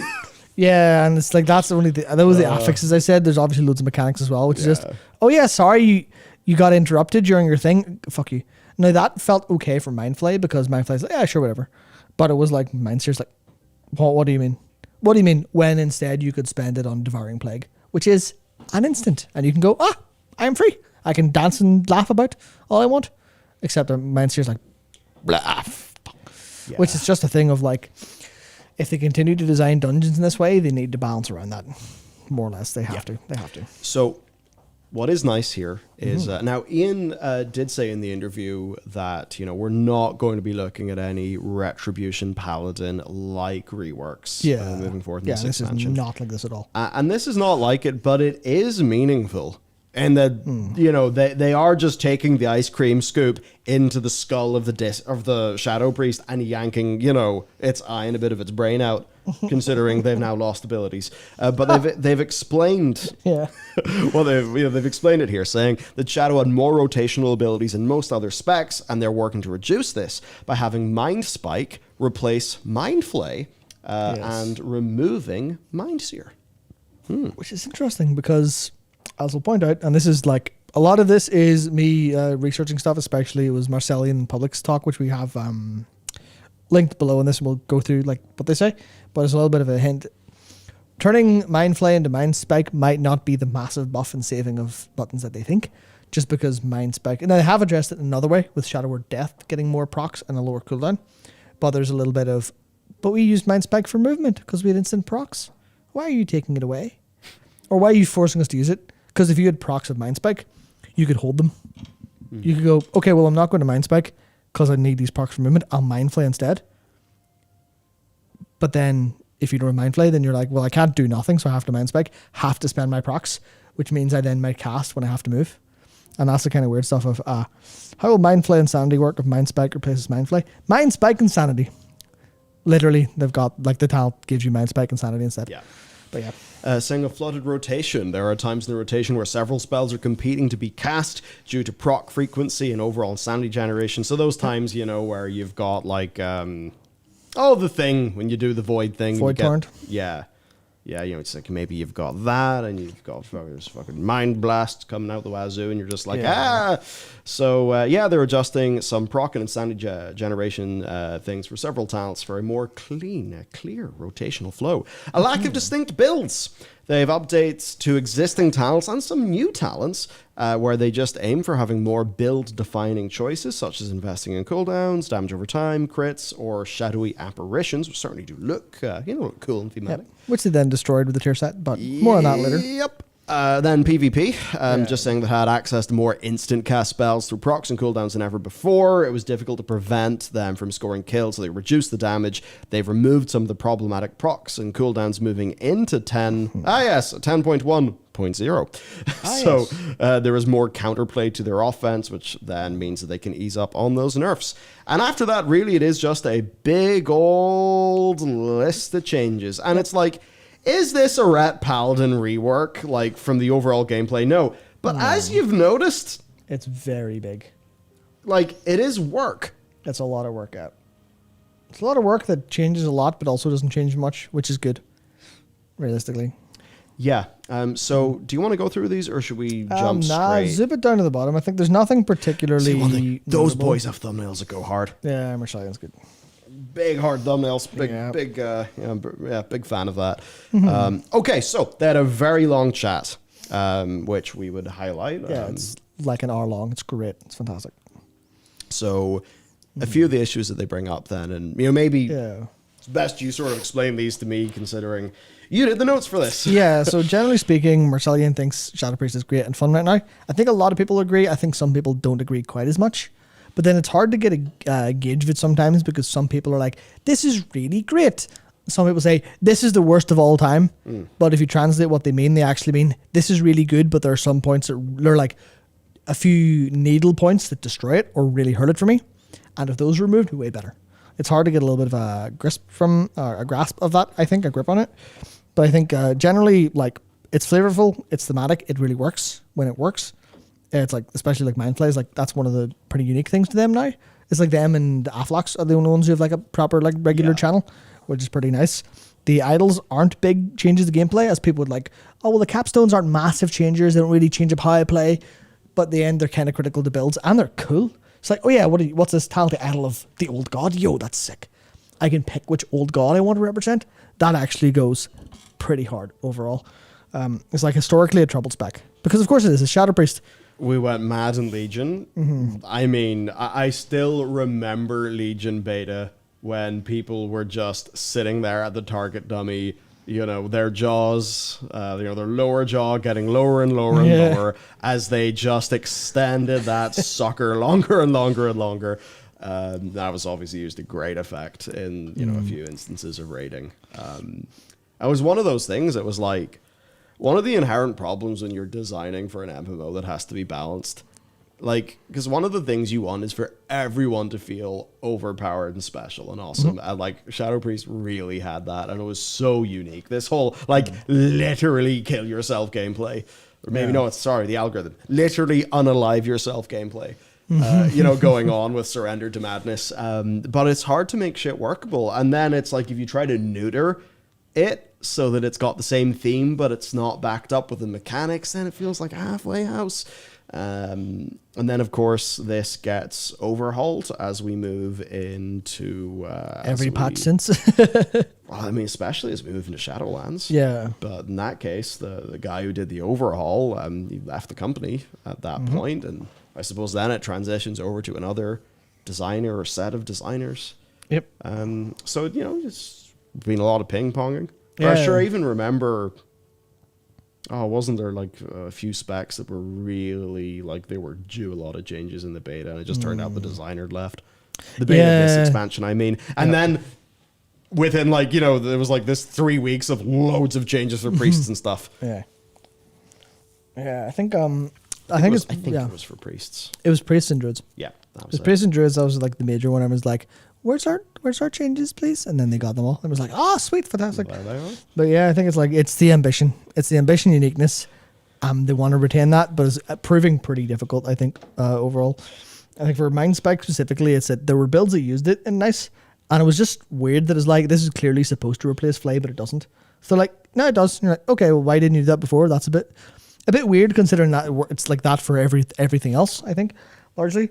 And I think the consensus is the Mind Seer removal is kind of unfortunate just because it could a little be fixed, but it's like, it's a difference in opinion where you go, well, dumping a bar into AoE and going, okay, I'm getting insanity from all these sources and then going, bah, is like cool. But also it's like Breath of Syndragosa are like, I don't really particularly like that. But then I think it has an issue that I'm kind of thinking about a bit, which is, are we just going to move to a world where range should be primarily instance, or not should, but will be? And is that a should? More of that. More instant, and instead of like, because casting as filler is clearly like having issues largely. Because if you're like, okay, well, we want players to move more, we want to have more ground stuff, and then there's two things to do if people aren't happy. Volcanic, storming, quaking. Yeah, exactly. Exactly. So people are like, okay, well, there's two solves to people being annoyed by having to cancel casts by moving. Make them not move, or make them not have to cancel casts. Which means you either go for the give everyone loads of ice flows and loads of Spirit Walker's Grace and stuff like that, or you could just give them more instance and more tools to move. But to a lot of people, there would be a degree of clunk and bloat.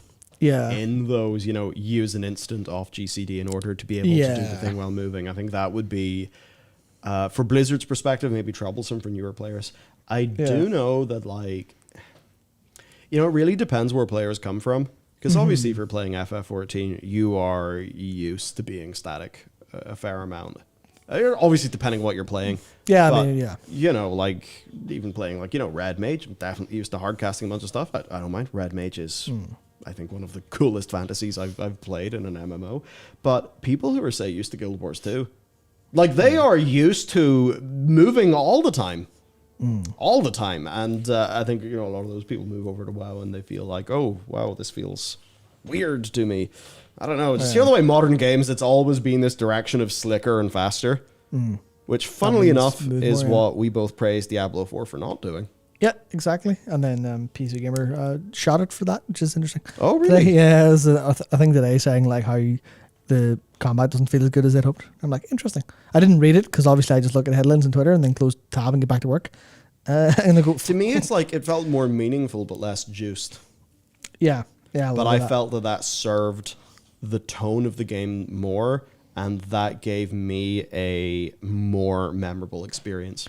Yeah, that was very good. But that's obviously the way that I've just framed that means that I am not a certain type of ARPG player. And I don't say that as a pejorative. I mean, it's just different things for different people, right? Exactly.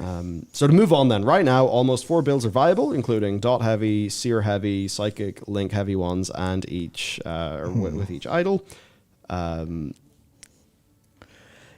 does this change then? So it's the kind of thing of this is now completely trashed by the tier set largely, but it's kind of like there was I think it mostly boils down to there were possibilities. It's just those possibilities took a long way to figure out. So now they're saying, we'd like more build diversity, and you're kind of going, there was build diversity. It's just it wasn't very obvious until recently, or it wasn't very clear until like certain things were tried, certain things kind of worked out because of the complexity of the talent tree and how the talent tree is less super clear.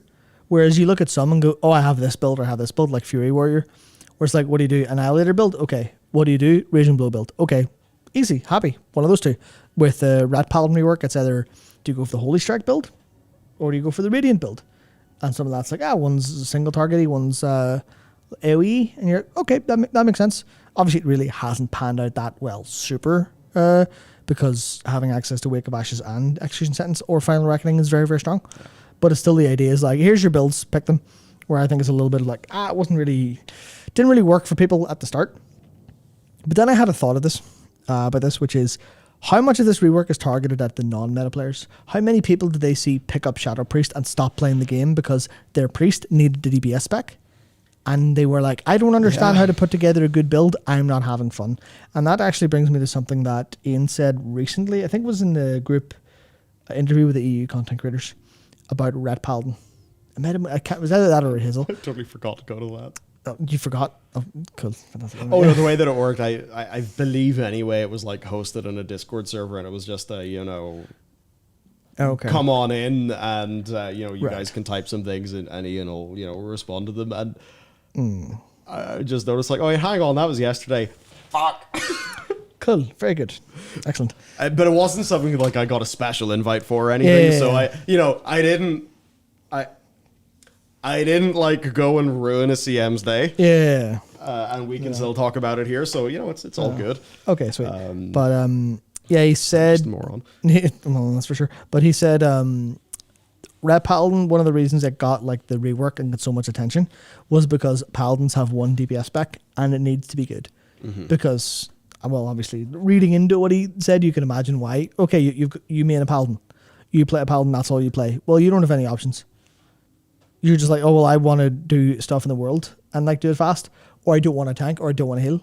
Well, your DPS spec needs to be good, or at least like playable and engageable and stuff like that. How does a new player make a suboptimal build and know it's suboptimal? They don't, but Blizzard do, or they feel it is because they're not doing much damage and they get kicked from grips and stuff like that. Is a little bit that's a little bit of the problem where they want it to be clear and intuitive. Intuitive is basically like the key word I should really be using here, and to me, I think Priest's the same. Because obviously, you can't take disc into a dungeon as DPS. I mean, you can, and then you would be slaughtered for it. But shadows your only DPS, so you need something that's gonna like actually work for that a little bit nicer. And that's literally what are those the only? No, it's monk, priest, and Red Paladin are the only two or the Paladin that only have that problem. Because everyone else, well, I suppose Havoc and Demon Hunter as well. I think but everyone else has multiple like DPS slot choices. There's something sort of proven to us with the rat thing where, a lot of players doing raids and stuff will just kind of notice rats falling over and dying or whatever, sure. But, when somebody says to you Rat Paladin has, massive survivability increase. Yeah. The standard sanity check to that is what? They could bubble? What are you smoking? Yeah, they have bubble. You've went insane. They can bubble, heal to full. What are you on about? Whereas, so it's not intuitive that Rat Paladins had that issue unless you thought really deep, whatever. Yeah. Because you think, well, they wear a plate, they can self-heal, they have bubble. Well, I mean, come on, think about something super squishy like a shaman. I mean, I know shamans are still pretty, I think they were pretty squishy. Yeah, not the best in terms of their like personal defenses. But anyway, Astral Shift. It's one of those things where like it may not be, you may not immediately think a Rat Paladin would be squishy, but Blizzard's looking there with the, looking at the numbers saying, nope, they're actually the squishiest. Yep, the data proves what. That's insane. Yeah, but it happened. Yeah, and I think that's interesting where the data can prove things, and it's like the data can prove things that don't make sense to you logically, and also the data can seem like it proves something that doesn't make sense logically. And it's like you kind of have to have both angles to go, well, this is true but not true. It's like hunters are squishier, and that's a decent example where hunters are squishier, but they're also ranged unless they're survival, and nobody plays survival asterisk. No one in general, not very many comparatively. So hunters aren't going to die as much because they can just not be in melee range. They have a lot more stuff like that, I think. So I guess we're in a situation then of like so our AoE is Psychic Link blasting with the Mind Blasts, which will, that damage will be going out to our Vampiric touched targets. Yeah, not just Mind Blast anymore. It's been updated to be single target spells, which includes Devouring Plague, stuff like that. And then that's just going to mean you use your Shadow Crashes to maintain those, basically Outlaw Rogue. Yeah, imagine Shadow Crash is a very weird Blade Flurry. Yeah. And you suddenly have Outlaw Rogue effectively, where it's it at least seems a bit more interactive than I have the insanity. Let me press my Mind Seer button. Yeah, I mean there you go. A lot of damage happened. All right. At least with this, you're setting a thing up and, you kind of knock it down. Maybe, Yeah, maybe. I haven't played it, obviously. Yeah, it's a little bit more unique than just jumping into AoE, but it is also a little bit like, it's not entirely super sure about that. It is a little bit weird because like the Shadow Crash is just an awkward thing where it's a kind of a scuppered button sometimes because it's a ground target to apply all your dots, and sometimes you can click a chandelier or you can click a hill and it goes through the hill and misses. So that's one of those things. There is no at target conditional for targeting. Because that would be abusable. Yeah. That would be abusable. There is at player, of course. Yeah, but you're not doing that with Shadow Crash. You can be the melee Shadow Priest. Yeah, it's like you can do it as a DK with Death and Decay, but you can't do it with a thing like. So it's one of those things where maybe the usability won't feel as great. Now, as soon as people realize they can do an at cursor macro for Shadow Crash, it's going to feel a lot better too. It's going to feel a lot worse because they accidentally because they don't see the thing. They don't see the thing to double check. Frankly, so then that's a skill issue. But no, no. It's not a skill issue because I'm not thinking of people who just miss. Because you're dumb. I'm thinking about whenever your mouse is here, and there's a chandelier here, and it actually hits the chandelier, and you're like, that doesn't make any sense. And it's literally just because of how the game works. You're like, okay, well, yeah. Is this one of those things where, like, do you think that it should be maybe? Well, it's a bit tricky then because of the way that the thing works. Because if it is it hits target plus allies within X yards, Boring. Then you could feel that's a bit more boring. It also would feel more like you hit the button and that thing explodes rather than the thing fall. That would just be Seed of Corruption, basically. It would just be Seed, yeah. Yeah, and then look at that. What are you? Or two dot things are doing the same thing. Yeah, it's just what are you? Oh, you're a weird Afflock then. Yeah, and that's one of the problems Shadow Priest has had of like trying to have that thing where it's there, and in that case, it's like Shadow Crash is fine. It's just it's not ideal. But one of the reasons that Public talked about was that they pulled the cooldown to 20 seconds for Shadow Crash, which means with your longer dots in the talent, it means you can keep all your dots up if you have Misery just with Shadow Crash.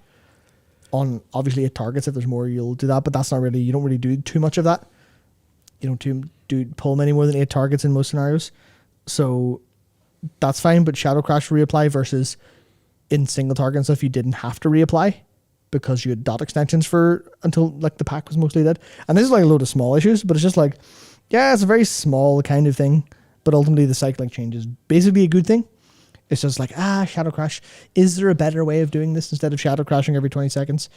Which kind of like placement issues and stuff like that. Obviously a skill issue, etc. Just have a DK friend, Gorfiend or Abomlim before you Shadow Crash, stuff like that. But it's a little bit of it's a little bit weird in that front. I think to move on, then where are we at? Where are we at on the screen here? Yeah, that's one of the things where I would like recommend like definitely watching this if you're interested in any of this stuff, because them chatting about balance druids and dot specs ultimately having the issue of, well, dots, how do you scale dots for single target and AoE? That's literally difficult. The mathematics of that is way more difficult.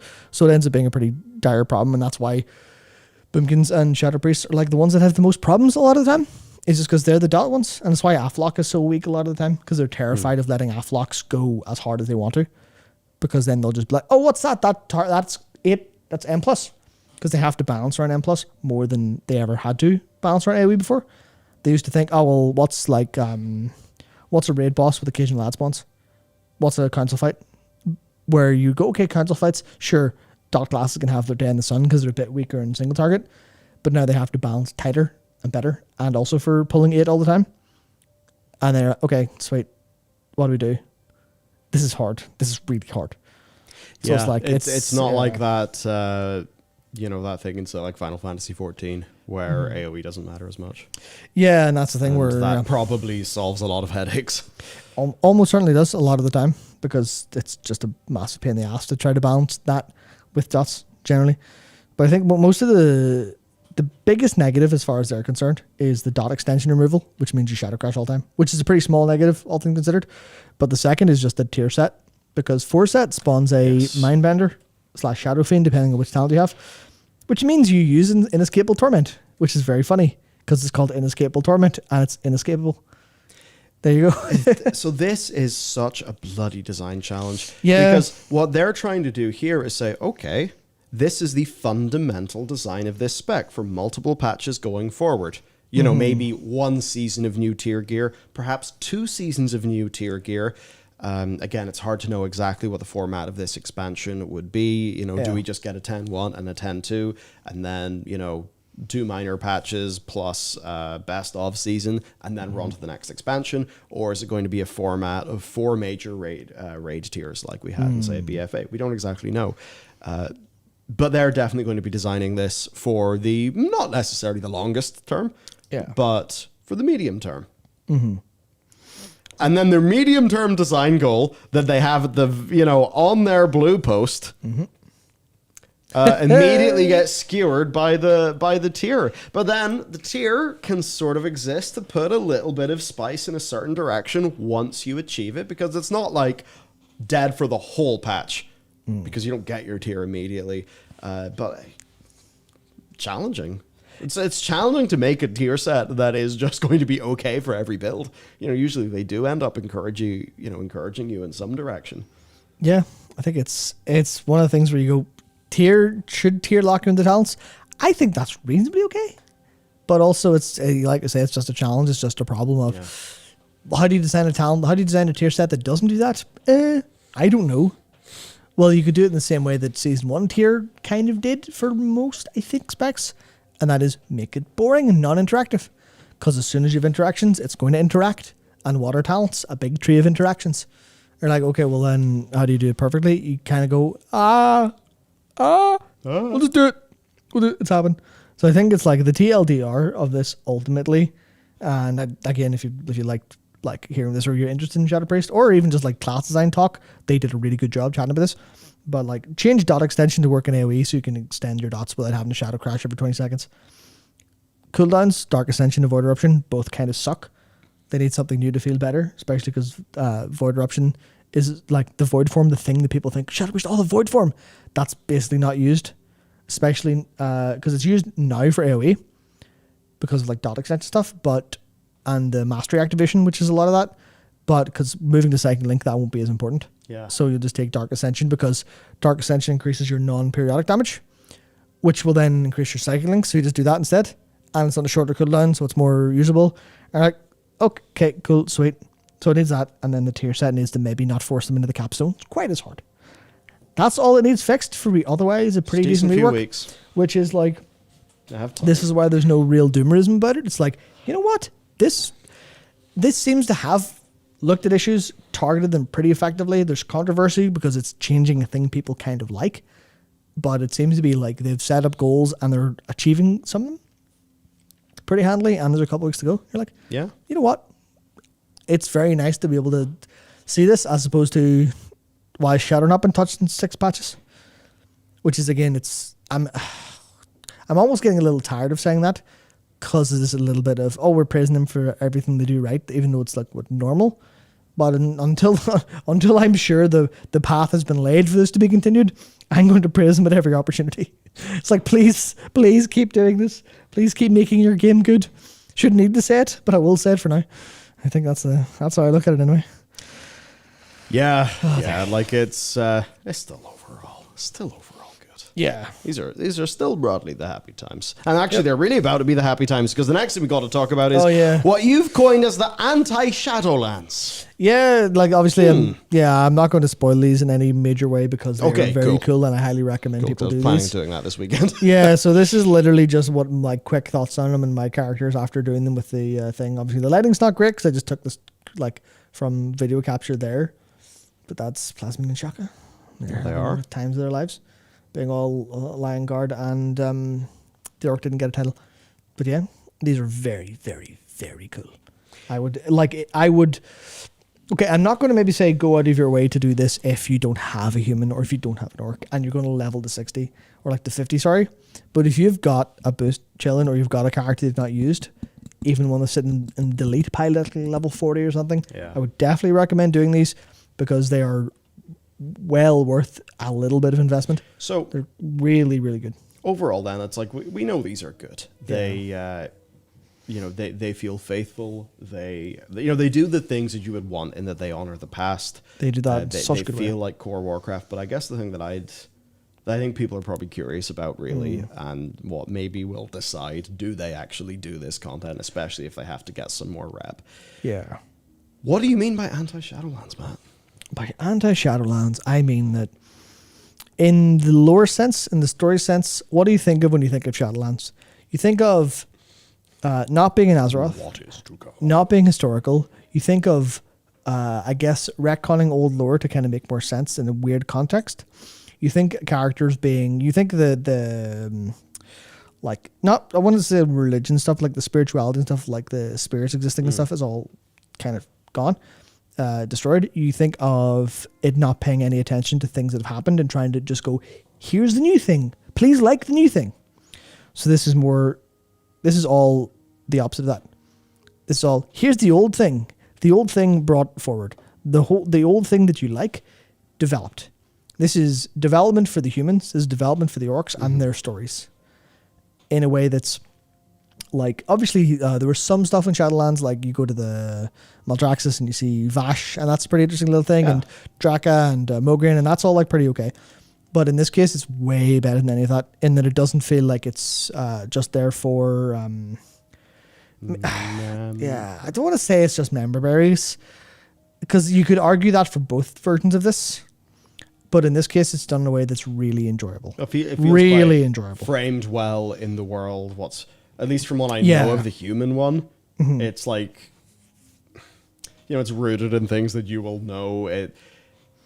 I'm not trying to say fan service in a bad way. I mean, it's honoring and this is really what a Heritage Armor questline should be. Yeah. Because what is a Heritage Armor questline? That's a bit weird. We even frame it in regards to its reward, which fundamentally, takes the focus off the actual content itself. Yeah, it's not about the Heritage Armor. It's about the heritage. Yeah, it's about the heritage. And for something that is like honoring the heritage of like the humans of, well, in this case, the Stormwind humans of Warcraft, the orcs as led by Thrall, of course, not the Mag'har. It does a really good job of that. And I suppose when you look at Shadowlands, it referenced the past for its own gains, whereas this stuff seems to be actually honoring the past out of a place of, respect, passion, and acknowledgement, understanding, empathy with what these places mean to the players who maybe were there 18 years ago. That's one of the things that's really good. You can tell that, like, I would be very surprised if the people who worked on these weren't like avid World of Warcraft players in either early cata or in like vanilla. Because if they haven't played it, then they've done a very good job of emulating what people would exactly want for that. And maybe they spoke to people they know or something like that, but it's very good. There's no detail left out of them. Where you go, what's an orc heritage armor? Well, if you think of orc stuff, if you think of an orc, that orc and their story will likely be there in some capacity. At least referenced loosely via a shit ton of optional gossip dialogue. And this isn't a really like burdened, laden down, heavy thing that takes ages to go through. It's just, you can just talk to a load of orcs. You can talk to loads of people, and they always have like, hey, you have an option. It's like, hey, what's happened to you in the past while? Or what's going on with you? Or, oh, I didn't know you were doing this now. It was like the new leader of the Warsong clan. You get to speak to them and you go, oh, I didn't know you were a Warsong. And they just have like a couple, like, I guess a couple lines of dialogue, I would say. But, a couple quest text boxes. Maybe like 3 paragraphs of quest text. Like, oh yeah, so this is what happened and I was this and I was this. But it's not written like exposition. It's written like a kind of quick recap, but from an emotional perspective. Like, oh yeah, me and my sister did this and then, blah, blah, blah, blah, blah. And like, okay, that's actually really, really quite fun. Really enjoyable. And then like the human one's not as rooted in the overall past, but is very rooted in wrapping up one of the major human stories of the past. Yeah. Bringing it forward, bringing a few characters, a few key characters, a few key names together by introducing a couple new characters. And then also taking in like what it means to be a human in the World of Warcraft, what it means to be like that, I guess that thing that's inherent to the race. Untapped potential. Yeah, and going, okay, well, what has defined you over the past while? we're going to make that like a key part of what's going on here. I know people are like someone asked there is Anduin Lothar on it. No, it doesn't go super far into the past, and it doesn't really. I guess it's like people are disappointed that it doesn't go broader into human stuff. It is very narrow in its focus, but it's narrow in its focus in a way that it does something very nice with. Hey, here's a very small core cast. Here's how to bring them forward and have a pretty like. I don't want to say it's like a well-told emotional story because it's not. It's just a quest, but it is like you have a character meet another character through witnessing that character's actions, have a moment of self-reflection, and go, "Oh, maybe I wasn't right, or maybe I was wrong, or maybe maybe I was right, but for whatever reason," and just have little bits of dialogue between them, going, "Oh, you respect World of Warcraft quest writers," which is not something I'd have expected from the same developer, Blizzard Entertainment, that made Shadowlands. Yeah. And made some parts of BFA. And I don't know how much of that is like different teams or whatever else, but I like going through this. I was a different team. Is it same team actually learning? Who knows? Yeah, but I was sat there going, this is a really good experience. Yeah. I'm really enjoying this. This is some of the best quest content not from a story perspective, but from a I say narrative probably makes sense now.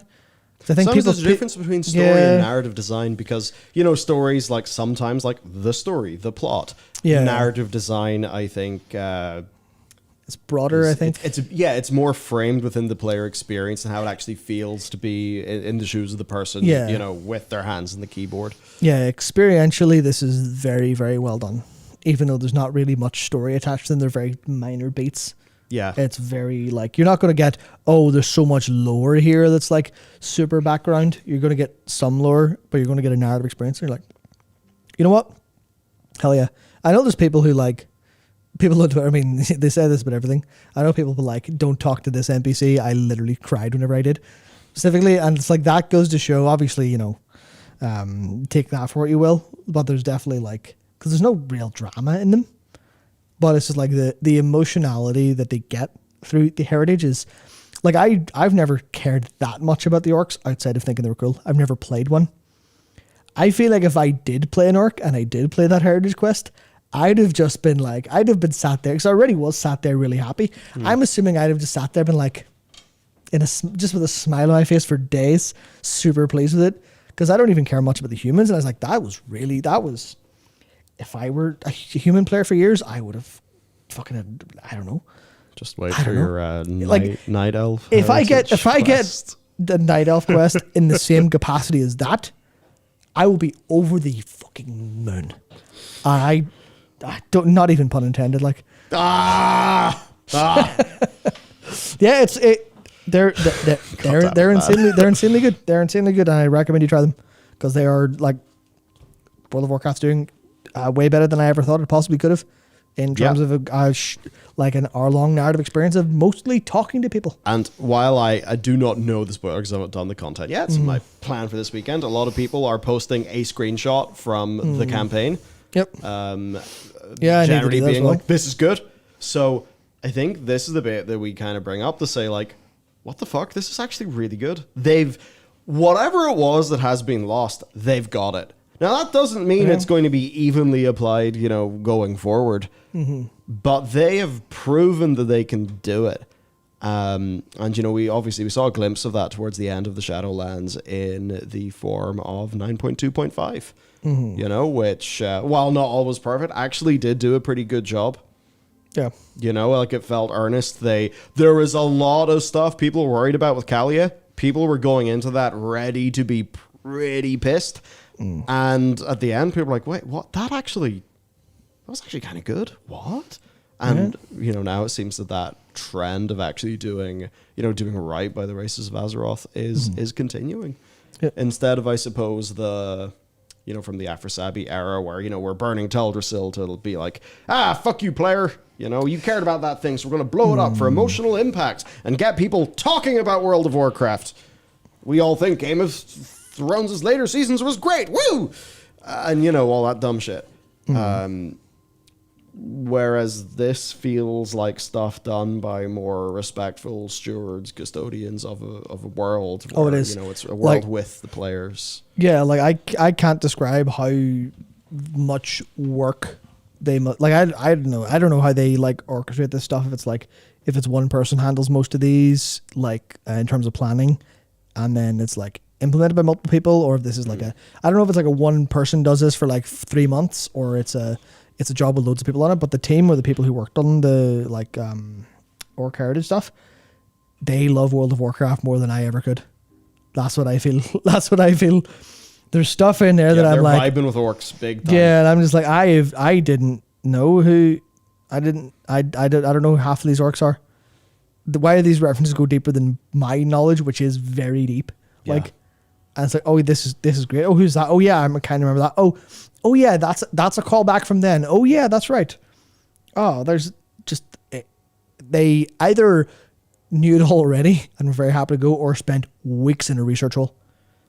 And I don't mean a research hole like the how do I the exploring books that had the issues, and people going, hang on, that's not really brought forward. It doesn't feel like that. It's not like that at all. It's not like someone did the research via Wikipedia.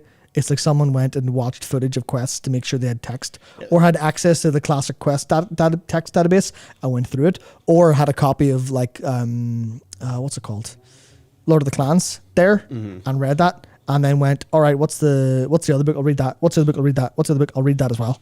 I've got all this. Let's go do that. I've got all these things in my head. I can tell a story about all of these. And I don't know if it's like, if it was supernatural or if that was like they said it with the intent to do that.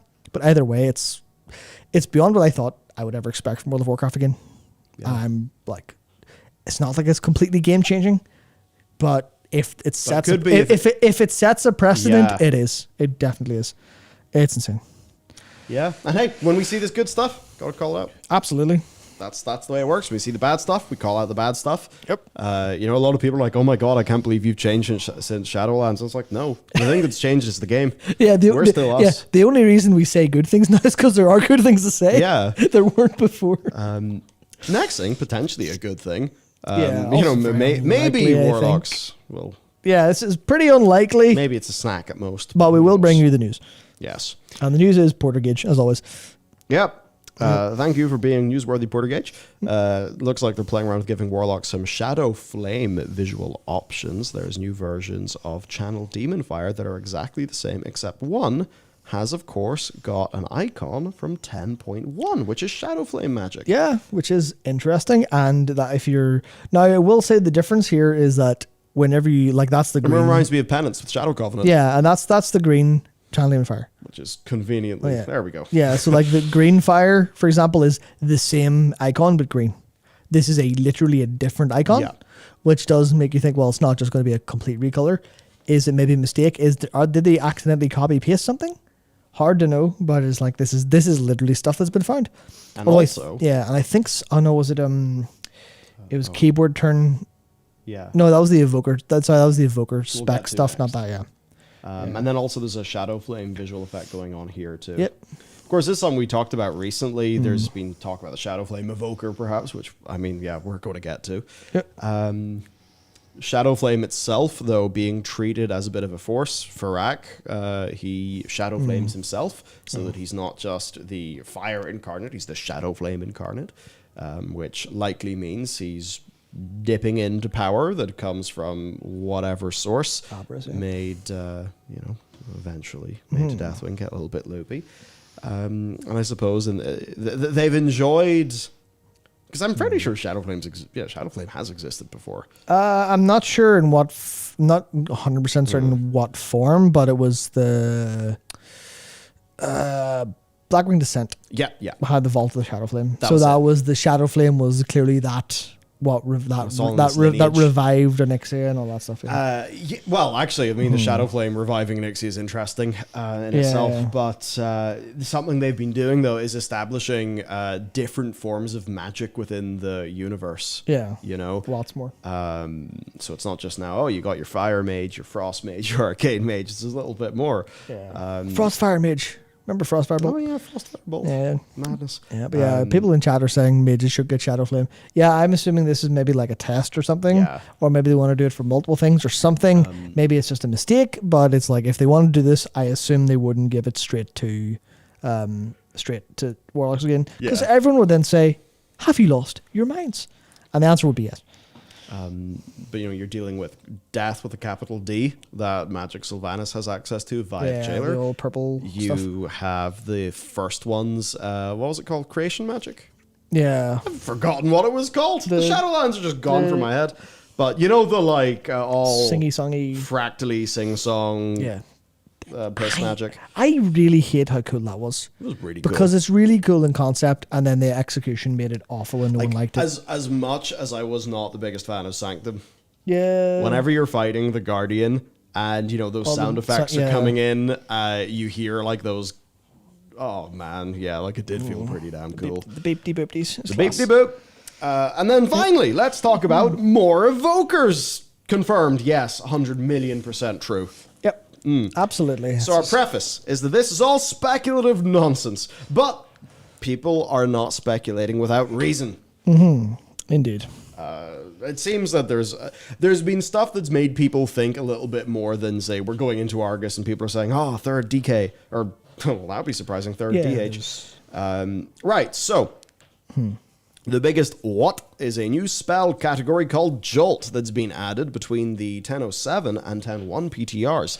It's actually not a spell. It's a category of spell, which is a bit weird. And you can see Living Flame basically below here, where there's nothing that currently references Jolt in the class. Yeah, so there's a new thing called Ascendancy. Yeah. Which is also just a new thing that they found. Are you Jolt? No, that's Where's Jolt? Oh, Joel's not below there. It's below in the Reddit post. Oh, sorry. Right. I only took some specific parts out of this. We found Jolt. There's also Ascendancy. Inhale, stoking your inner flame. Release to exhale, burning enemies in a cone in front of you for a bunch of fire damage. Reduced beyond 5 targets. Yeah. Empowering causes more of the damage to be dealt immediately instead of over time. That's Flame Breath, That's Flame Breath. but called Ascendancy. Yeah. Interesting. Now that what's going on? Yeah, what's going on? Who knows? But then there's also the electric track there. Yeah, so Electric if deep breath. you click that, you'll see that's called. Hang on, can I? Yeah, fly over a target. Make it spewing. Make it big there. Fly over a target, spewing electricity beneath you, dealing a number of initial damage to enemies in your path, which is deep breath but electric. Deep breath but electric. Deep breath but electric, which is very interesting. And Why? Shandon, that's what. Yeah. I don't know. What are these? This is why it's speculation. But there's more. Yeah, there's more. Emerald Infusion. Yeah, Emerald Infusion, which is a new spell entirely. Infuse yourself with Emerald Power, healing yourself for 20% and then 10% over 10 seconds, which is a tank self-heal, looking like a little bit, especially because it's got a CD, decent balancing. Looks like if you had a tank, yes. People have been, Emerald. Yep. Patch 10.2. Those Emerald breadcrumbs that we picked up, was it last week? Indeed, yes. We have Azure Prowess, empowering an ally, increasing their damage done by 25%. PI! Yeah. Now, But as you'll note here, this is basically the whole boosting Abyssian thing. Yeah. Which is something that initially got people thinking, whoa, is it going to be a new support class? Which, no. Sorry, not class spec. I think that was some of the initial Drakthir speculation like 2 weeks ago. Yeah, so this has no cooldown, and and it's a cast. It's a bit weird. So clearly you're not going to be using this. Someone else might. This might be an NPC spell, but it is there. It's called Azure Prowess. See, what's weird because Azure Prowess and Iron Roots, they feel like NPC abilities, but Emerald Infusion feels like a tank ability, not an NPC ability. Yeah. Which is where you kind of get into pure speculation, we don't know this could mean anything.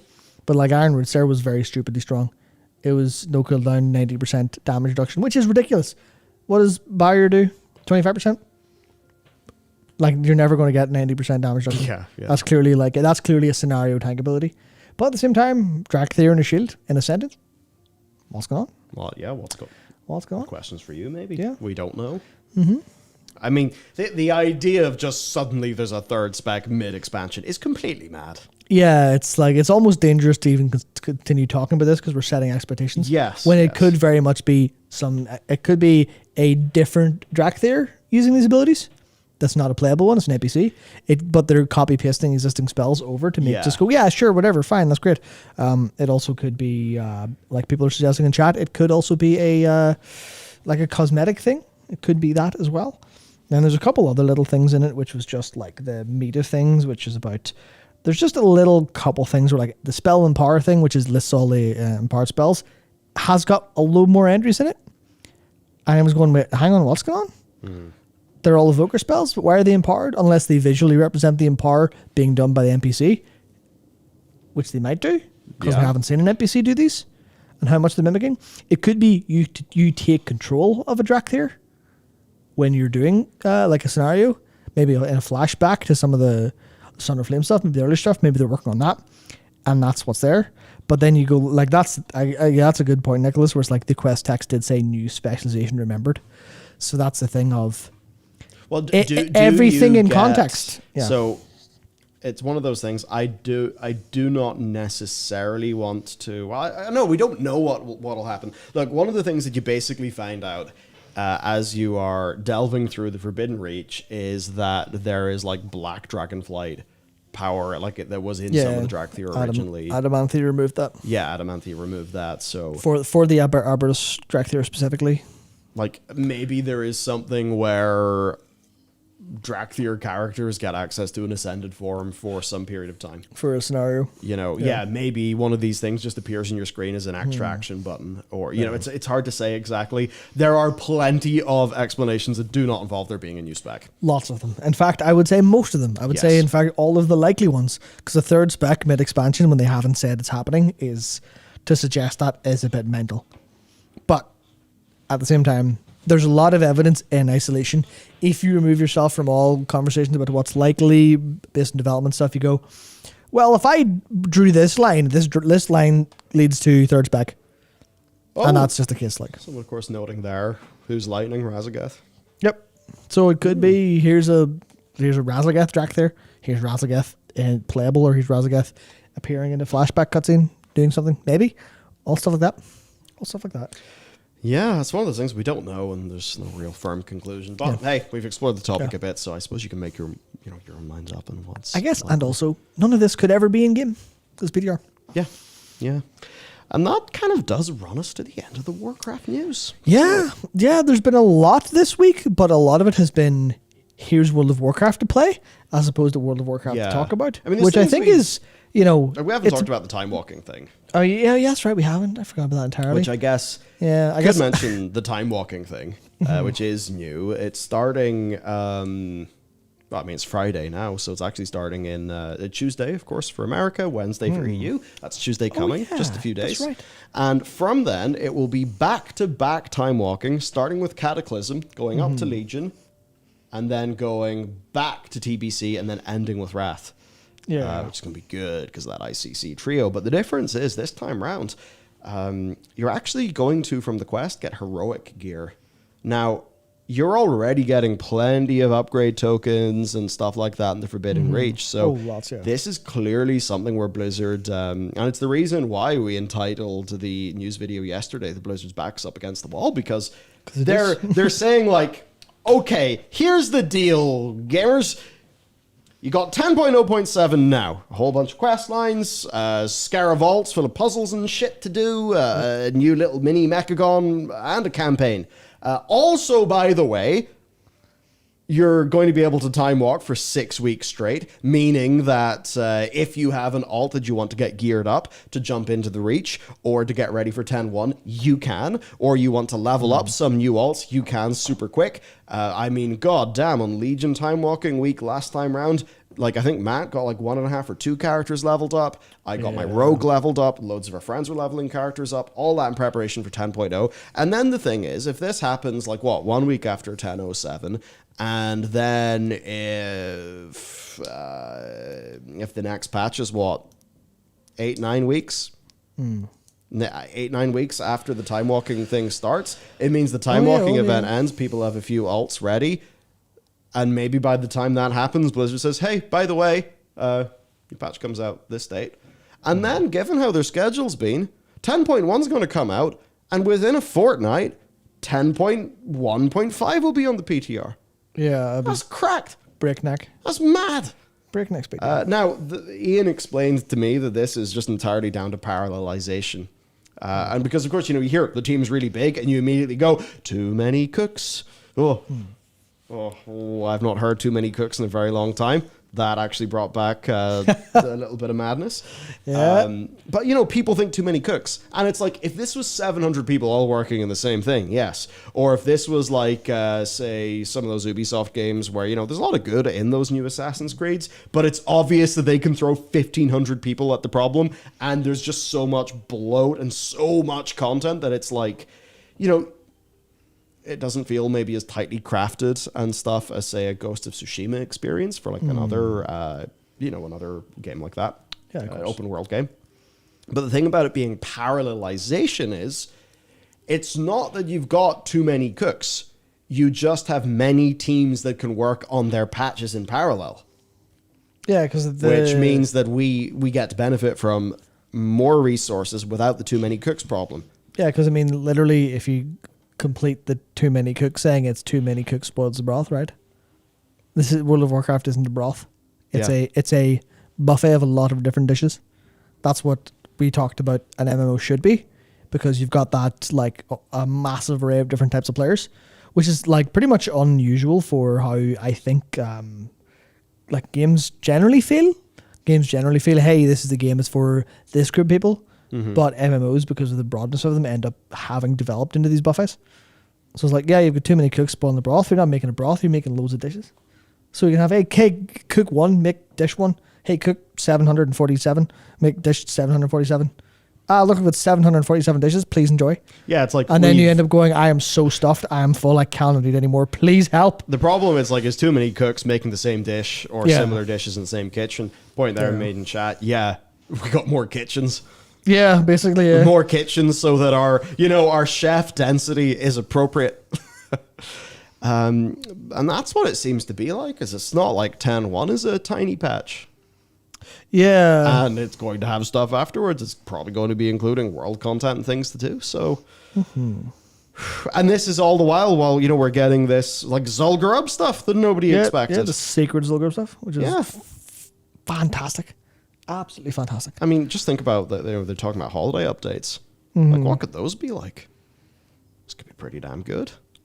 Yeah. Especially because, I mean, a holiday is going to be, hey, this is like, imagine if they revamp Hallow's End, because Hallow's End's been what it's been for yonks, right? Yeah. If they say, hey, we've revamped Hallow's End and Winter's Veil, what are those, 2 weeks each, 3 weeks each? Something like that, yeah. Like, that is new shit to do. Mm-hmm. So, yeah, there's just more going on. It's pretty damn good, I think. Sure is. Finally, then, it is the Diablo 4 open beta this weekend. Sure is. You can watch our video on it for extended impressions over in the news channel, where we were playing the closed one last week. We got in via ISPs and phone providers, not a Double Down Burger, thankfully. That said, I would say don't really bother trying today. You're not today. Just no. rammed in server times. You probably won't really get in. But yeah, Diablo 4 like actually goes really fucking hard, and it's very good. This is us, not talking from a PoE player or a Warframe player or something. This is just us being like, hey, as a slice of video game, this was gorgeous. It felt good to play. The narrative design felt really strong. It was immersive. It was engaging. It didn't feel like a Diablo where the acts just exist to be the scaffolding for repeatable content to do later. It actually, like, the story actually felt real immersive and was really enjoyable. So, unbelievable. I couldn't believe when I played it. I was not expecting it. Yeah. I was expecting Diablo 3 again or Diablo Immortal again. I saw the ping on my phone. Yeah. And I was like almost having to double take in the thing. Yeah, I was so shocked. It's okay. To say it's been a while since I lost an afternoon to a game, like, that's a little bit unfair, because it happens to me every time I play a game, because I really love video games most of the time. But like, I was just like, well, I was expecting this to be like an hour. I'm like, that's all right. But I'm really tired of left clicking. And then I used the controllers. Like, it was great. Yeah, this is way better, actually. Good. Yeah, it's like I might even play this. I might play this weekend if I play any on PS5, just see how it feels. Oh, yeah. Because I can play in 4K on a TV. I'm like, look, this looks very good. It feels good, because I played it in a big good TV. Yeah. Which is not in my apartment. It's really hard to go. It's like when you go It's like whenever you go to OLED and then you just notice black levels on every other panel you look at. See, or you move to 120 hertz and then, you move your mouse or you move like a window in your operating system. It's like, so it's not even a gaming application. You're just thinking, oh, it's so buttery smooth. How can I go back? I remember, it damaged me. Whenever Rory brought his Razer Blade in, and he just moved like Windows Explorer at 240 hertz, and a bit of my brain broke because it looks so smooth and buttery. Yeah. And that's why, man, they have 360 hertz OLED 27-inch 1440p's now, dude. That's unfair. That's crazy. That's cheating. How are you supposed to run a game at that? You can't. Yeah. You can't unless it's CS:GO. But then you'll be playing CS2, which won't run that. Like, damn. Man, CS2 actually, like that should look pretty good. Yeah, That dynamic smoke. That volumetric smoke look great. Yeah. Pretty sweet smoke. Look absolutely gorgeous. Yeah. So I suppose that's the crack. I'm going to pop in. Play some Heritage Armor stuff. It's going to be really fun. I'm looking forward to it. Yeah, well, actually, there's a little bit of a Diablo 4 review from our editor John. I'm running around as Matt Berry, punching skeletons as a werebear. Life is good. Yep. Which must mean I like that. must mean you can play the game now reasonably if you go through the queue. But yeah, that's the thing. Like the reason I play the game again is because I kind of want to try Druid and see how that feels. Because I am a Druid player. Haven't been for a long time, but then Dragonflight got me to play a cat. I'm like, this is good shit. You are one sweaty cat. I am apparently just a furry now. Ruthless. It's just awful. Like sweaty cat. Matt does pretty good DPS. Yeah, actually, I'm pretty good. Pretty good DPS. Yeah. I mean, to be fair, most of that is because Blizz went, hey, Lion Strength's better than Blood Talons now. I'm like, cool. Yeah. I don't have to think anymore. Funny, they have talked about wanting to buff up Blood Talons to be a bit more competitive, I saw. That's fine. Blood Talons is actually fun, especially when you have Lunar Inspiration. And then you can use Moonfire as one of your 3. It removes some of the problems from that. So I think that's actually very nice. Oh, there you go. Very nice. It's good experience. I suppose, yeah. I mean, that's going to be it for us today. For the final things, what's the date? It's the 24th of March. It is. Pale Beyond came out literally a month ago. So it did. That feels like simultaneously yesterday and 4 years ago. So yeah, Pale Beyond's been out for a month, which is pretty crazy. Pretty much the fix is done. Game being success. We're all very pleased about it, and it's not the end. I think we might be able to announce some neat things soon. So we're all very happy about that. Absolutely. Again, big thank you to everybody's support on that. Other things on the topic of Patreon. We're all good with shipping. I sent 700 and something orders to the fulfillment center all at once. So they're like, hey, could you tell us in advance if you're going to do that? I'm like, oh, fuck, sorry. I was just fulfilling my task list. I forgot that unlike most times where I upload a CSV file, this one actually means people do things. But no, I immediately said, I don't need next day shipping for 700 orders. It's okay. You can do it slowly. Yeah, take your time, no worries. But so that's all back. I've been setting up a bit of a sort of content creating office so that I can be doing more behind the scenes content, which I will start up whenever that's something I can reliably do. But versus any time in the past, we've got Molly on the team to help run a lot of those things. So all stuff's going good. I wish I could talk more about some of the art projects and merch fun projects we've been working on. I think I'll be able to announce that within a fortnight. I will say, of course, our regular Patreon loot is rolling on. I think in particular the harp pin this month was really gorgeous. So that's over on Fantastic. our Patreon. And yeah, I think that's the housekeeping. As for things, I think we're going to have to, we're going to do a spoilers video on those. Definitely going to do a spoilers video on those Heritage Armor quests. Talk about them a bit. Yeah, I think 100%. they actually deserve that. And it's the sort of thing if our role at a time was to make a video when something was bad in the game, that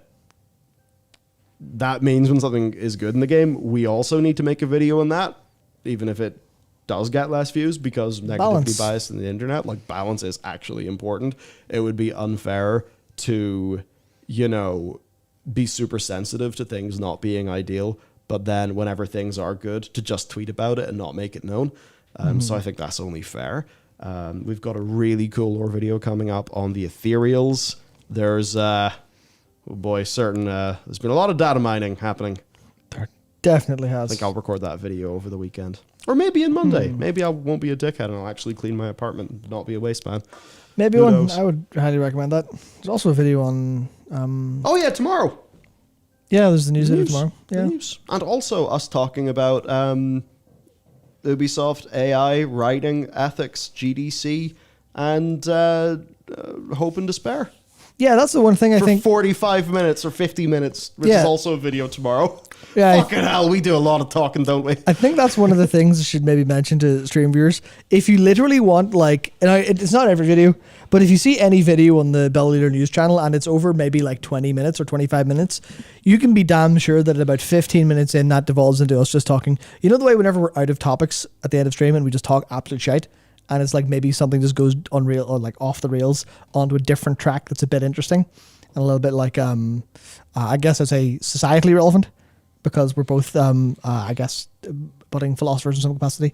I feel like such an asshole for saying that. But Yeah, I you're guess, a fucking dickhead now, man. You can't take that back. Yeah, that's me fucking, I guess. But yeah, the news channel's actually Hang on, very... let me update my Twitter bio here to budding philosopher.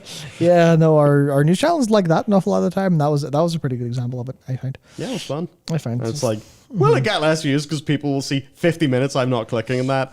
But I think what we've realized over time with the news channel is, as long as we actually do cover the news decently at the start of the video, people hang around for us. it's like, yeah, it's more. Yeah, we've been able to feel the tone of that channel change over time with like the commenters and the viewers, and I guess things just feel like a lot more like chill and thoughtful and fun. Yeah, it's very good. Enjoying it more than ever. Yeah, speaking of chilling, no.